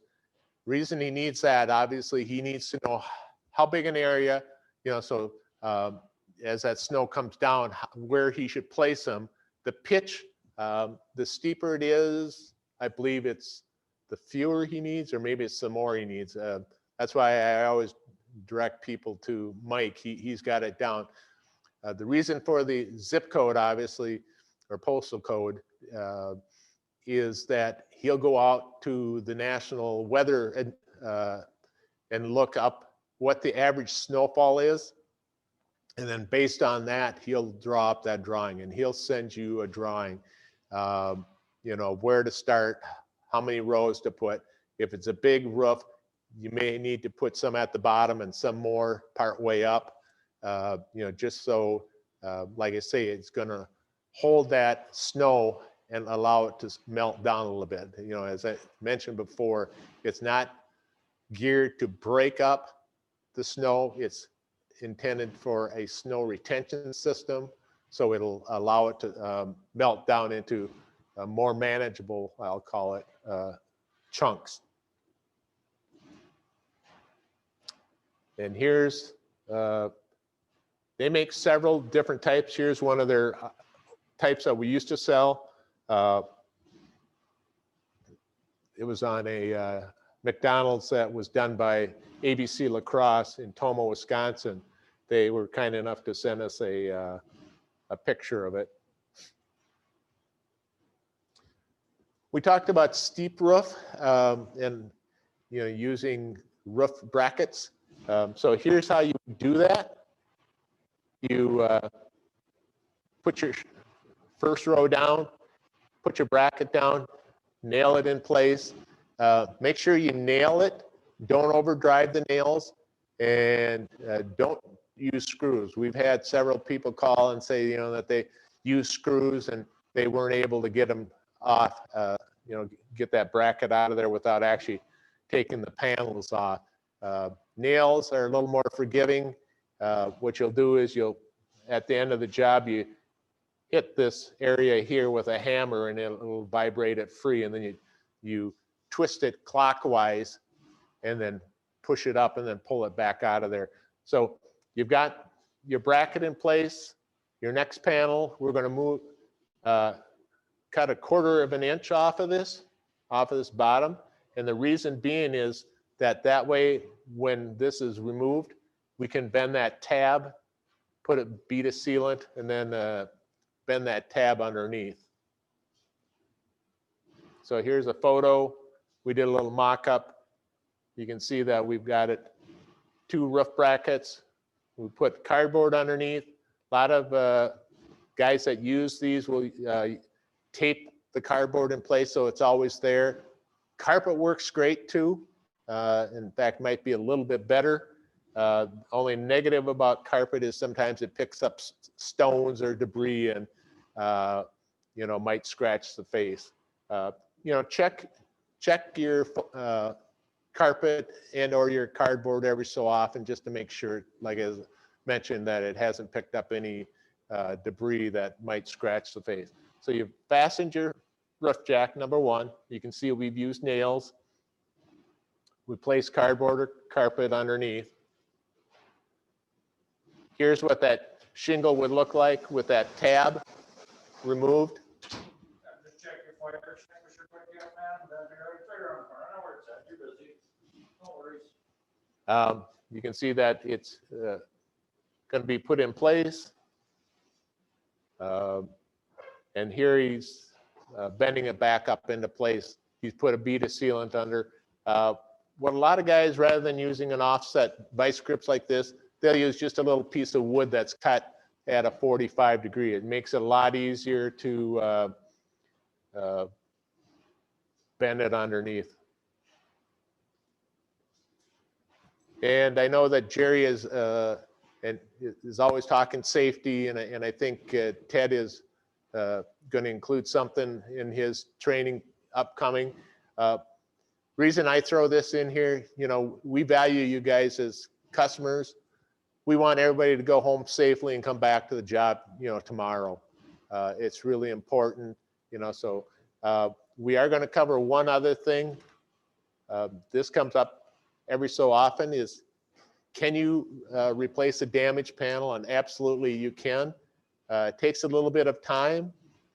We were very fortunate that Tate Saturn had a job that he had to do it on, and he figured out the step by step. So you'll see Tate in the photos here. We've got this mock-up where he put an X on it. Panel ends here, starts here. So we're going to take that panel out. And how you do that is you start by unlocking the panel up above. You can see our X on this panel down here. He's going to go about 1/4 of a panel to the left and 1/4 panel to the right of this. So because you're going to have to be able to remove the screws and unlock it properly. He uses a 1x6 and a pry bar, you can see here. He's just going down the edge, unlocking it. And as I mentioned, you can go about 1/4 of a panel past the left and right edge. So you've got the unlock course up above. You're going to lift it up so that you can take out these screws and take off the clips. There's our panel. You can see that it's unlocked because this guy's got, there's the start of the next panel. He's got his hand under there. And here, this is Tate here. He's taking the panel off. He's got it, all the clips and stuff undone, or the screws, I should say, taken out of there. The clips are still on there. But so now he's going to pull down on the left edge here, and you're going to do kind of a counterclockwise turn. And then that'll, you know, as it says, rotating the left side down and slightly opening the left lock. And then it's tilted like this. So what he's going to do is he's going to push this panel back up to the right so it unlocks. And it'll slide, it'll loosen this panel a little bit, but you know, it'll be fine.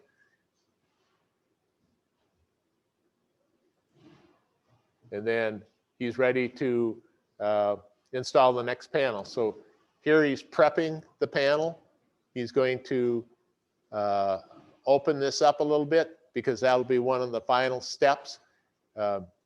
He's going to slide the panel in, and then he'll have to use a zip removal tool to pull this back into place.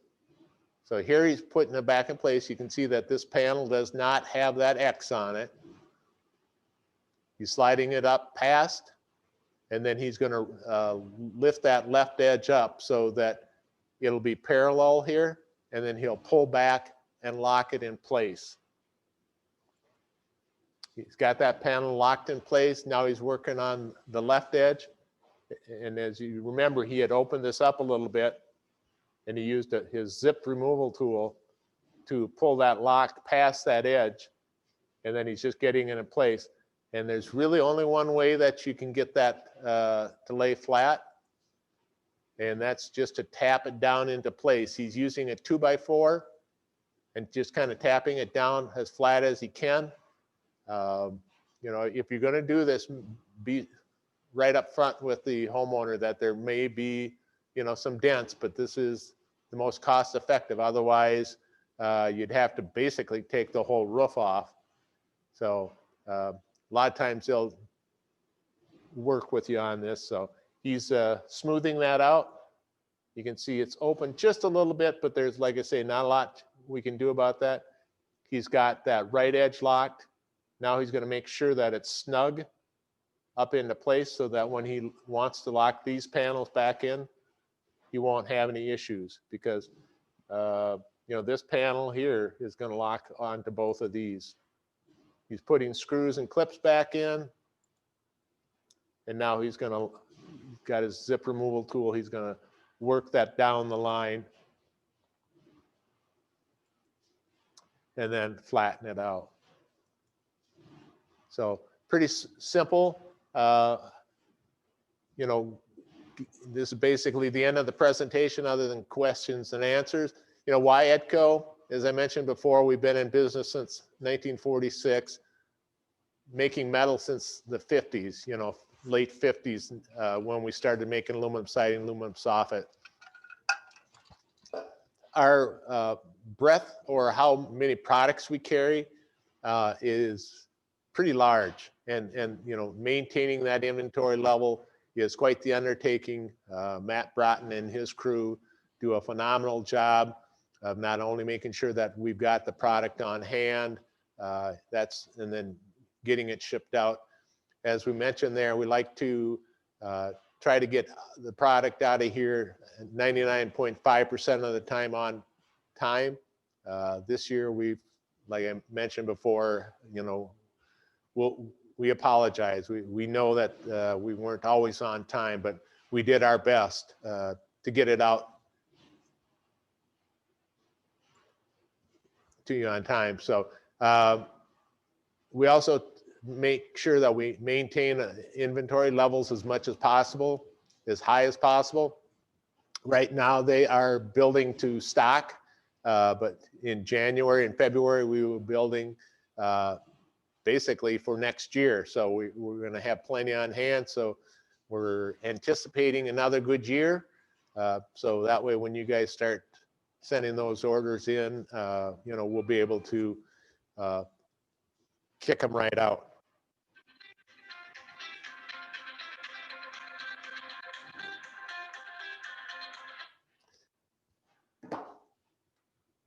So, yeah, I was asked to turn my speaker back on. In fact, we'll do that right now. We'll open it up for questions and answers. The reason I didn't do that before is it was getting feedback.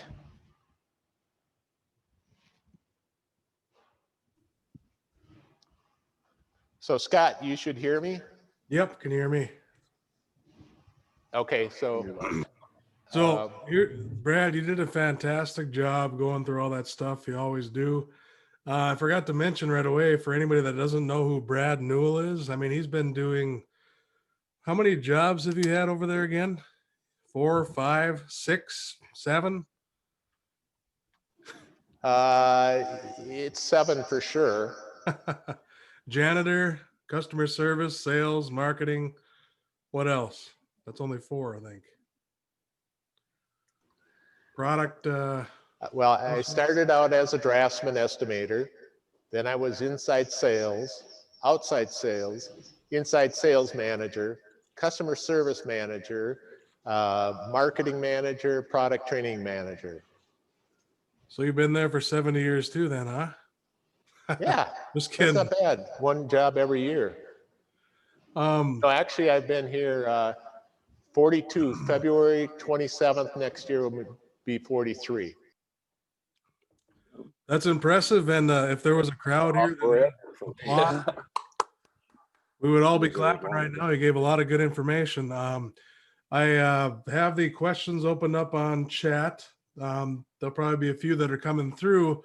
I just wanted to invite Jerry maybe first and then Ted to go through some of the options as far as what we offer as far as a seamless roofing machine and a seamless roofing application on our end as well. So Brad, you probably could shed some light on there as well when they get done talking, but I wanted to make sure that they're able to to tote the seamless roof a little bit, So if you guys wanted to do that now, that would be great. Jerry first, and then Ted, if you'd like to follow. Sounds good. Okay. I think that the first thing I'm going to handle here is to speak a little bit on our one of seamless roofing, because ours, we try to screw it all on now normally, except if there was some place where we had to put in one of this nail, we actually would.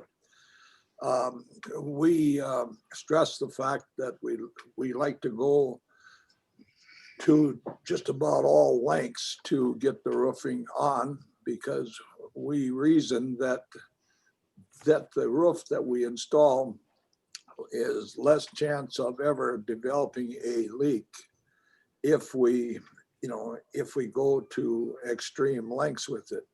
Now, one of the things too, as Brad had mentioned, they want to emboss their, metal on certain roofing twice. We emboss ours twice, all in one operation.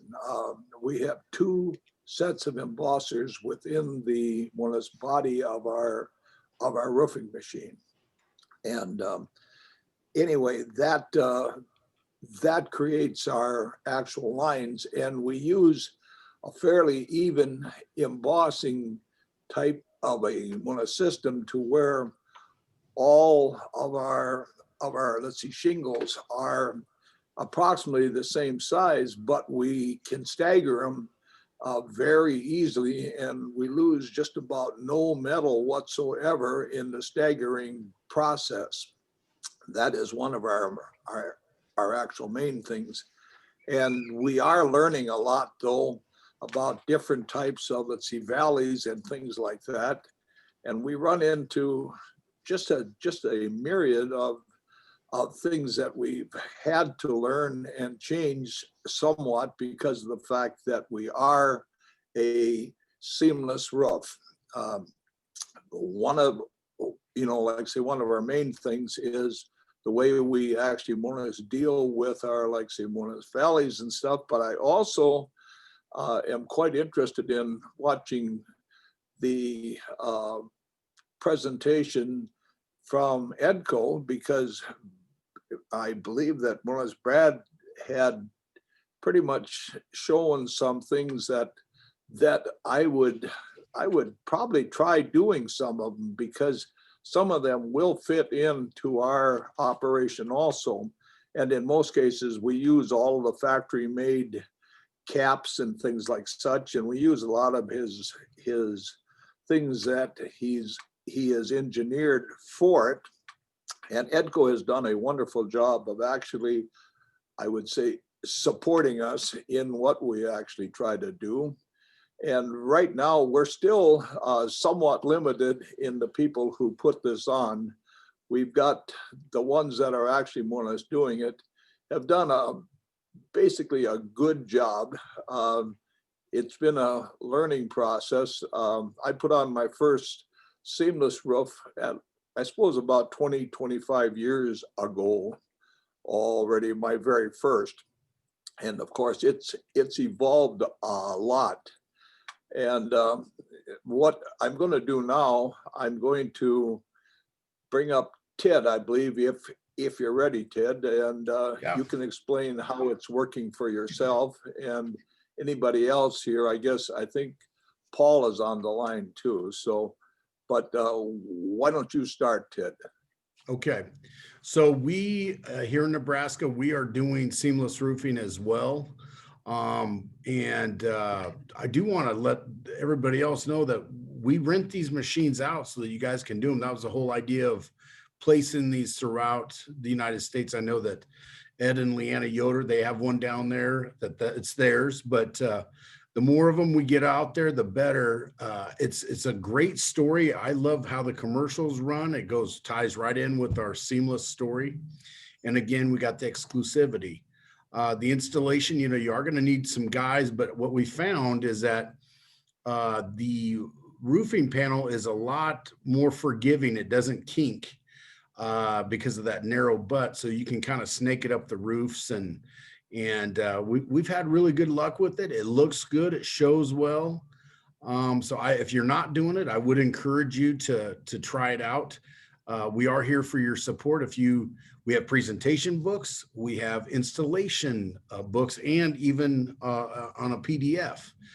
That's what I use in some of my presentations, is how it installs. It just is a great story. So I'm glad we got into it. We did have some hiccups, like Jerry said, but all in all, right now, we've been running pretty smoothly with them, and the people are liking the looks of it. And it's a great reason to call our customers back. So, but on that note, if you want to jump in at all, you can as well. But I'm here for any questions, one-on-ones, texting, whatever works, emails. But as far as that goes, that's all I got for you.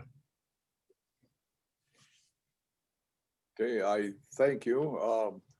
Now, if there was some questions, do you want to handle them now or anything, or do you want to? Yeah, how only handle it them works. I via mean, email? is there any coming through the chat line, Scott, or not? There's not many coming through the chat line. There's a lot of good things about Brad's presentation, and then you and Jerry making sure that people are aware of the seamless roofing and how they get in touch with you. So what we'll do is, after the meetings all get done, on the agenda, it should be sent out, or should have been sent out today again, but we'll try to get it out even one more time. But Ted, you and Jerry's numbers are on there, your email Okay. contacts, and what you should do out there is, if you're interested in a seamless roofing application as well, is just communicate with Ted or Jerry. I mean, that's the big thing here. We started doing seamless roofing back in 2010, 2011. It was a big year for us right away, because no one does it. And of course, not taking anything away from EDCO's, panel and box roofing, same product, 28 gauge. However, seamless roofing, just like seamless siding, that's how we've developed ABC Seamless, or how you guys have developed ABC Seamless in the last 40 years.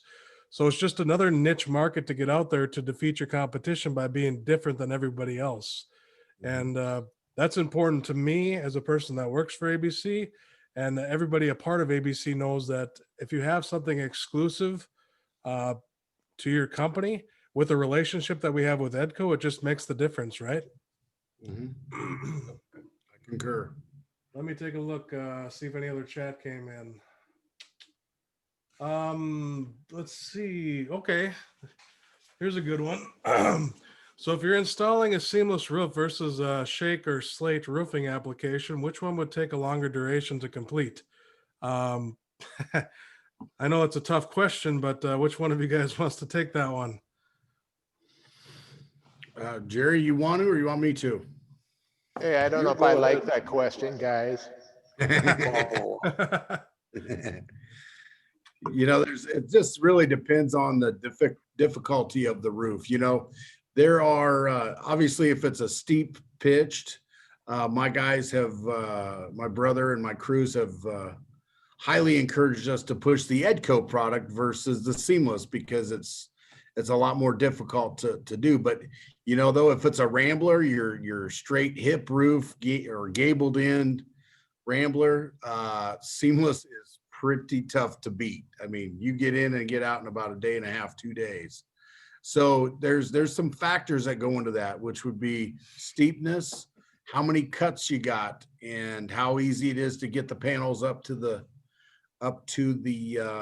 working area. So in our experience, that's kind of what we try. My brother said try to steer away from anything more than an 812. So with seamless, that's us.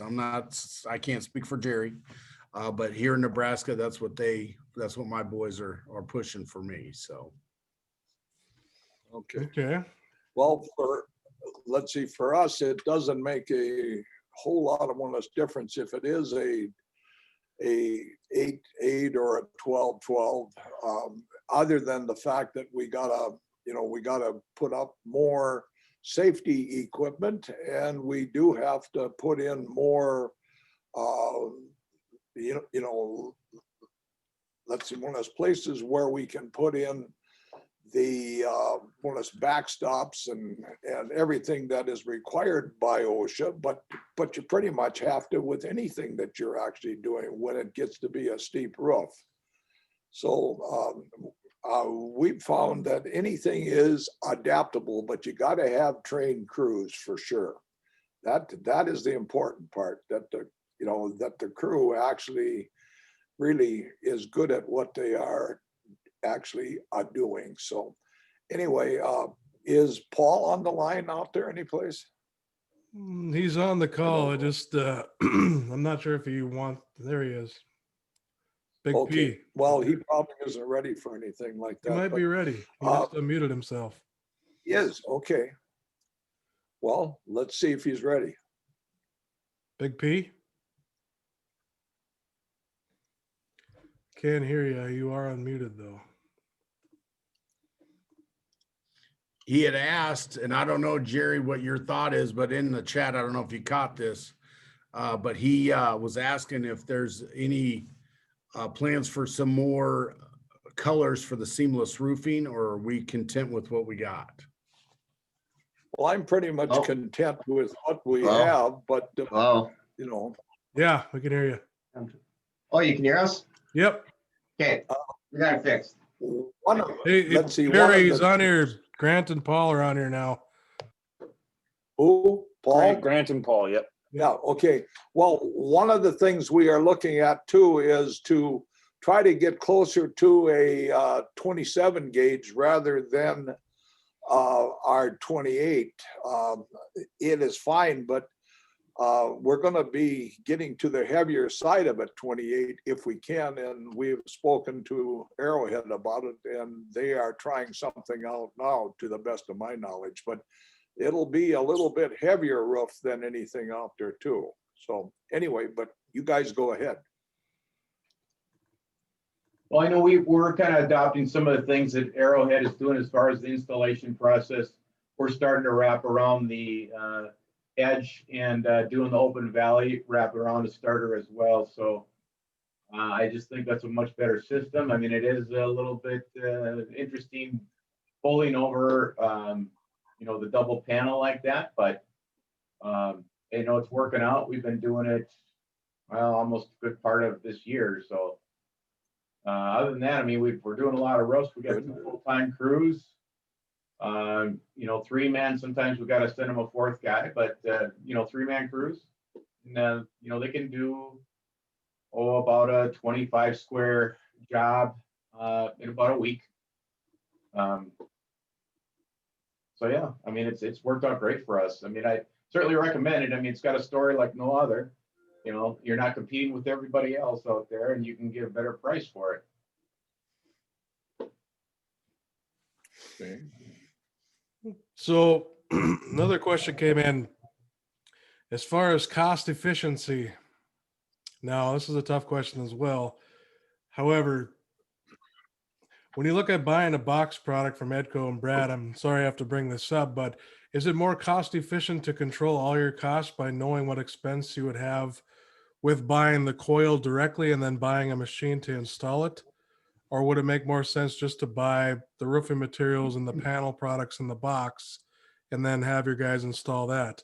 Like, what are the major, this is a tough question. I know it's pretty well written, but here's the thing. What, it's hard to ask this question.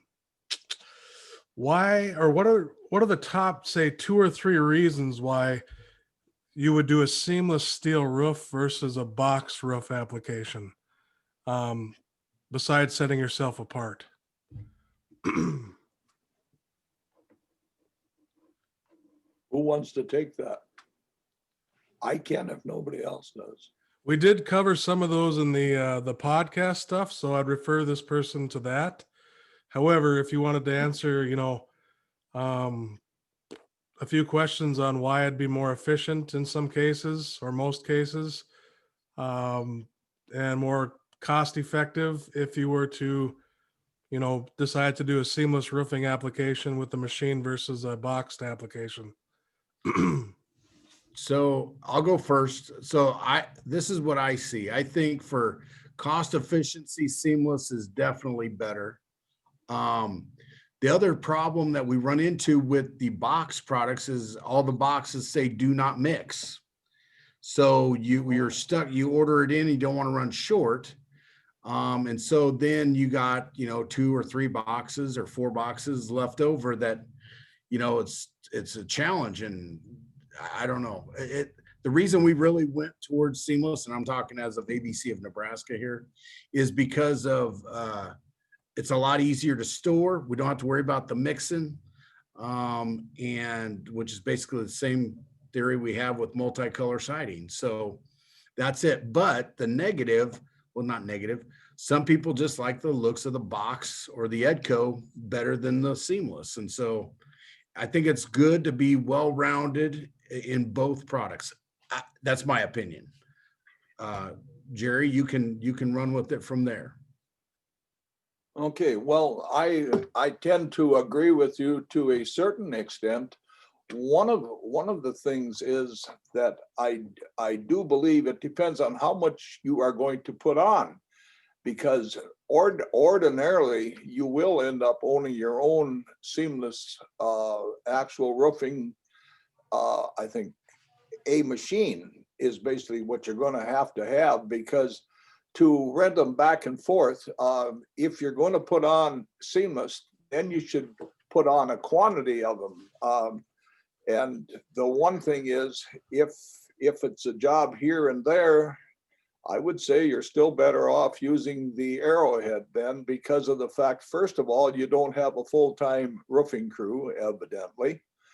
And your chances of getting a good job every time, it's good if you can keep a crew busy year in and year out, because it is a good profit stream. But you've got to be able to sell roofs, and we have no problem selling a seamless roof over our competition, meaning Classic or anybody else out there, because of our ability to stand up well to hail and stuff, because of the fact that ours will actually sit closer to the actual roof. And any of the ones out there, if they are a little on the light side, they are going to get the heck beat out of them in hail. And ours have really traveled through a lot of hail, and they actually stand up well. And as far as the wind,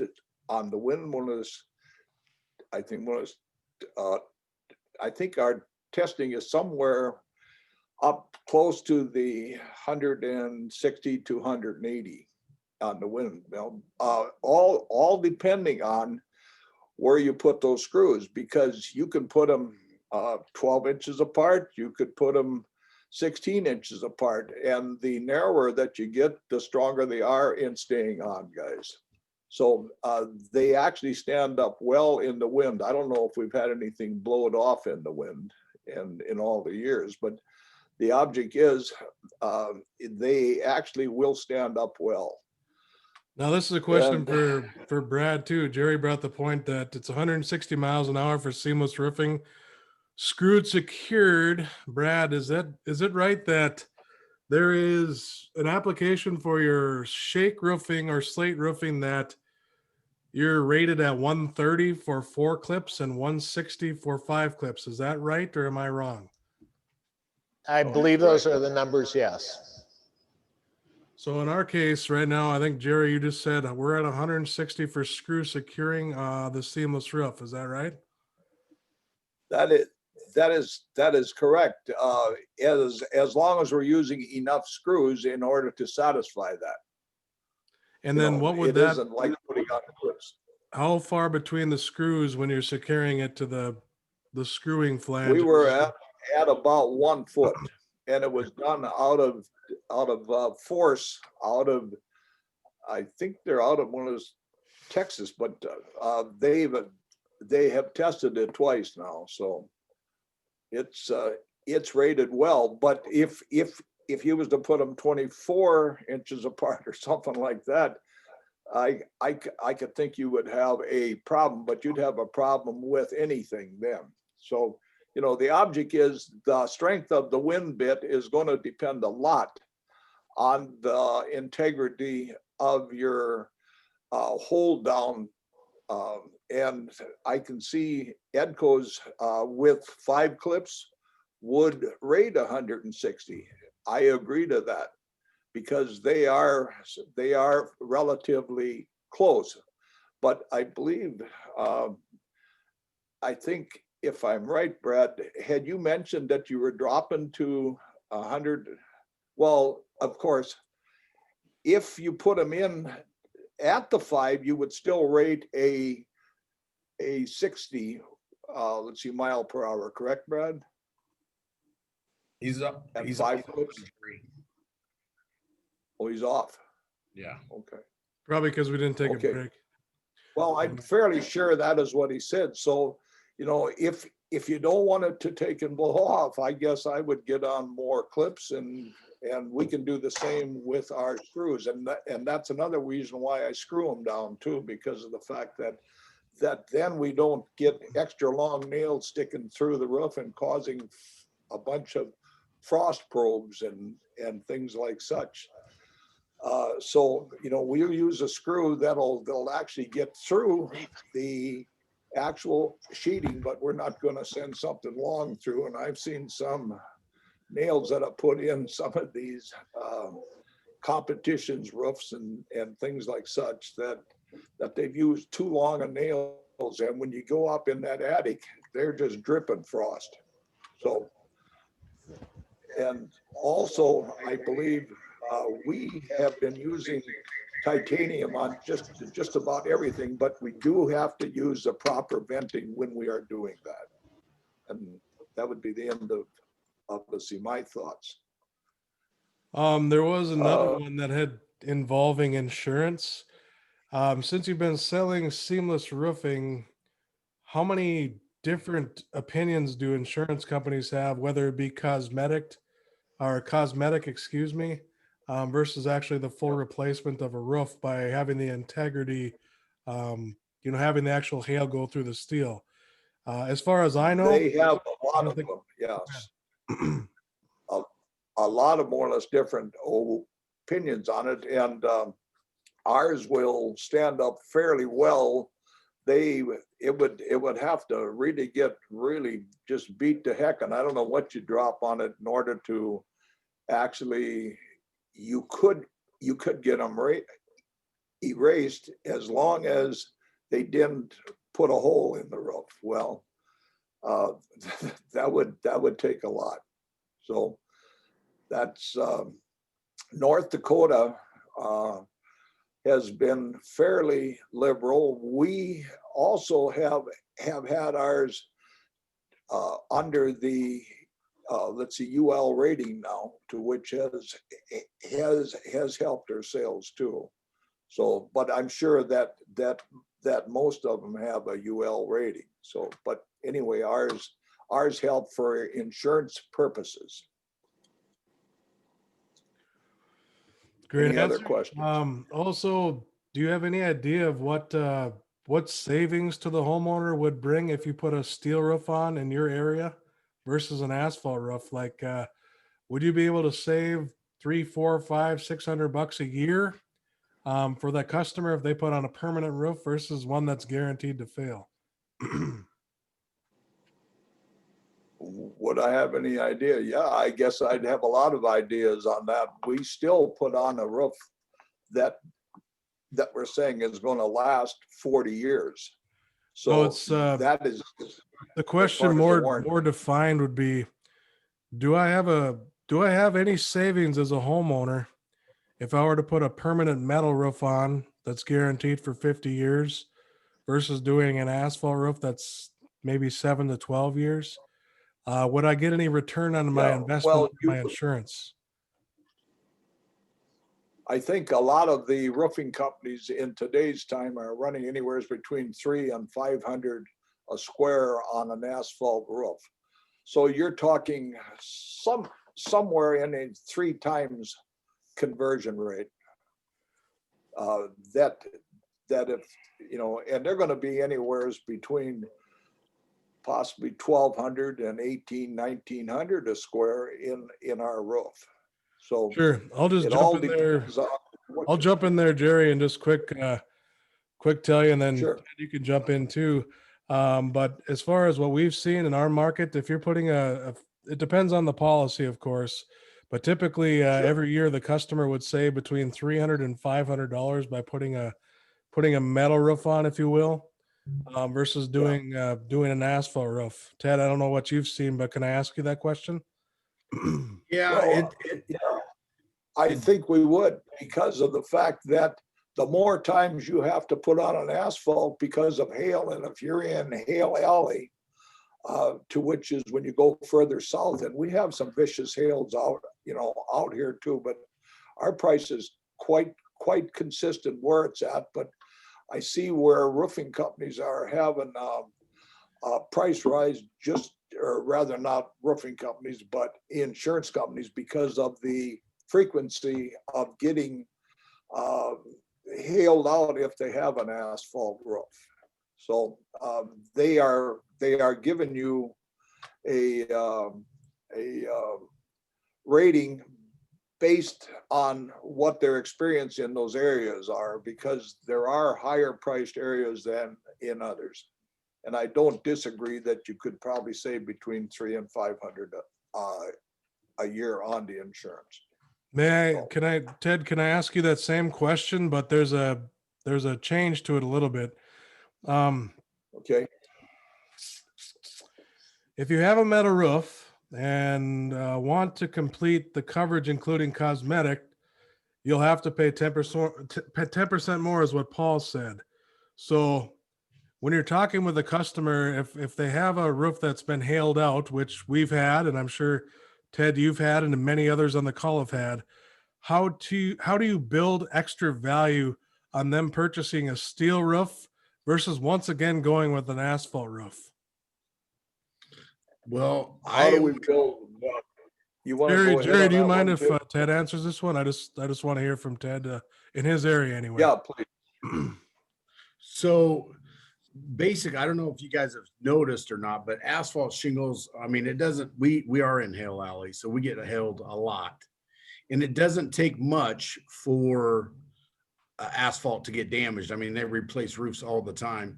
So it seems to me like when we're doing the pitch, especially with seamless, we'll get up and jump on it, do that whole deal where it's like, look, folks, it's going to take a huge, or not huge, but it's going to take a substantial hailstone to actually damage and dent and compromise the integrity of our panel. And so whereas we may get 2 to 3 mild hail swings through the area in a year, that probably would never touch our stuff, but they would have to replace their asphalt roof each time. Okay. So going back to that other question about the savings, you know what I mean? With that, you find out what their deductible is for their insurance for hail and wind. And I've seen a lot of them going up to 10%. And so it's been a lot easier to sell a steel roof today than it was before, because if all they got to do is replace that roof 2-3 times versus the one time of the seamless. Okay. And then you factor in all those deductibles, and then that's a good way to make up that difference and show value, prove value, because that's cash out of their pocket. Makes sense? Very good answer. Ted. Yes, it makes perfect sense. Brad, you're back now. You missed one part of that was the 4 clips versus the 5 clips on your panel. Do you guys, your standard is 4 clips, but how many? I mean, 4 clips versus 5 clips is 130 versus 160 miles an hour rated. Is that right? As I mentioned before, I believe that those are the numbers, but I'd have to pull the testing from. Okay. Is it possible you could pull your testing, we could pull ours and get that out to everybody on the call here today? Sure. Perfect. I think so.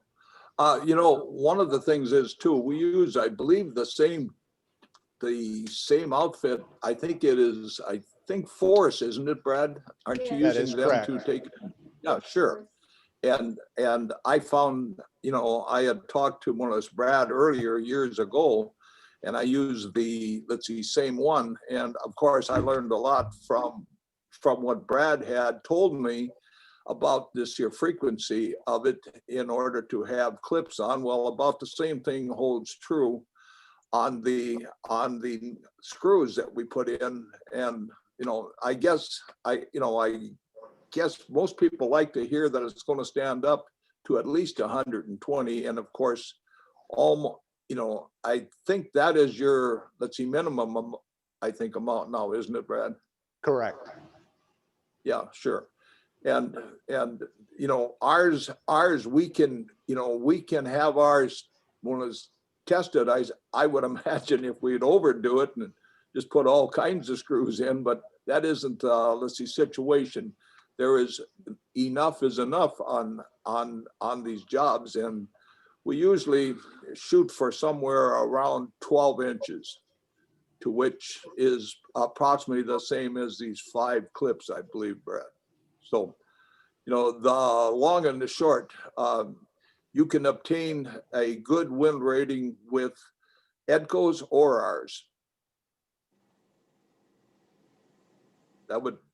I think that would be my answer. And it's the same outfit that actually looks at their roof and at what looks at ours. And of course, they have a little different way of holding it. But the reason we don't use clips is because it takes a little more work to actually put them on.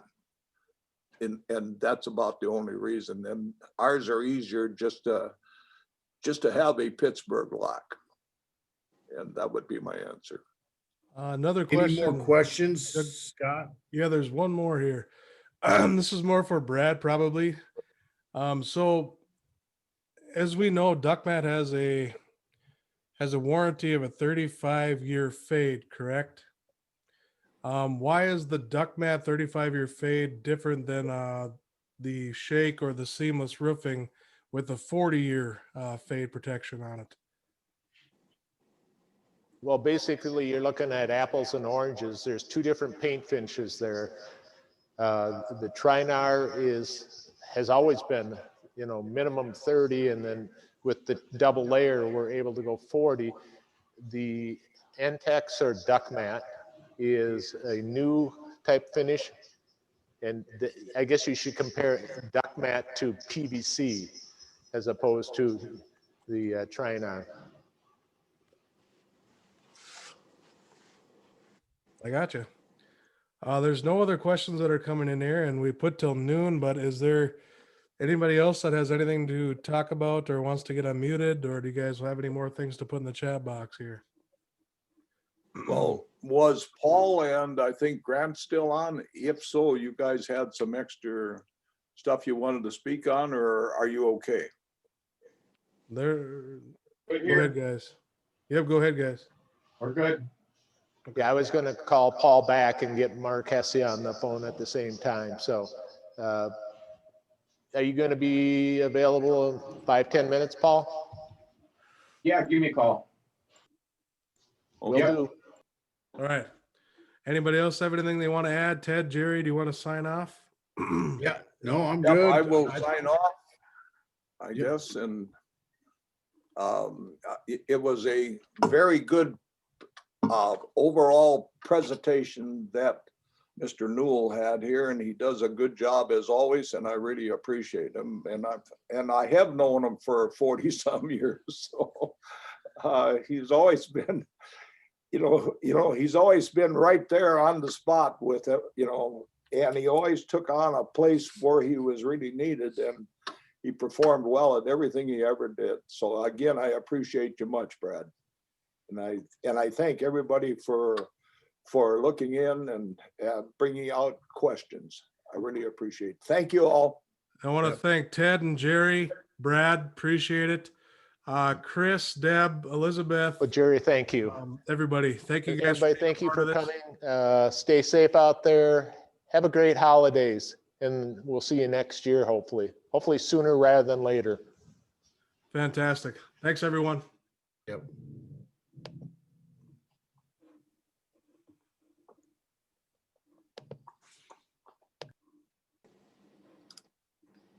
Okay.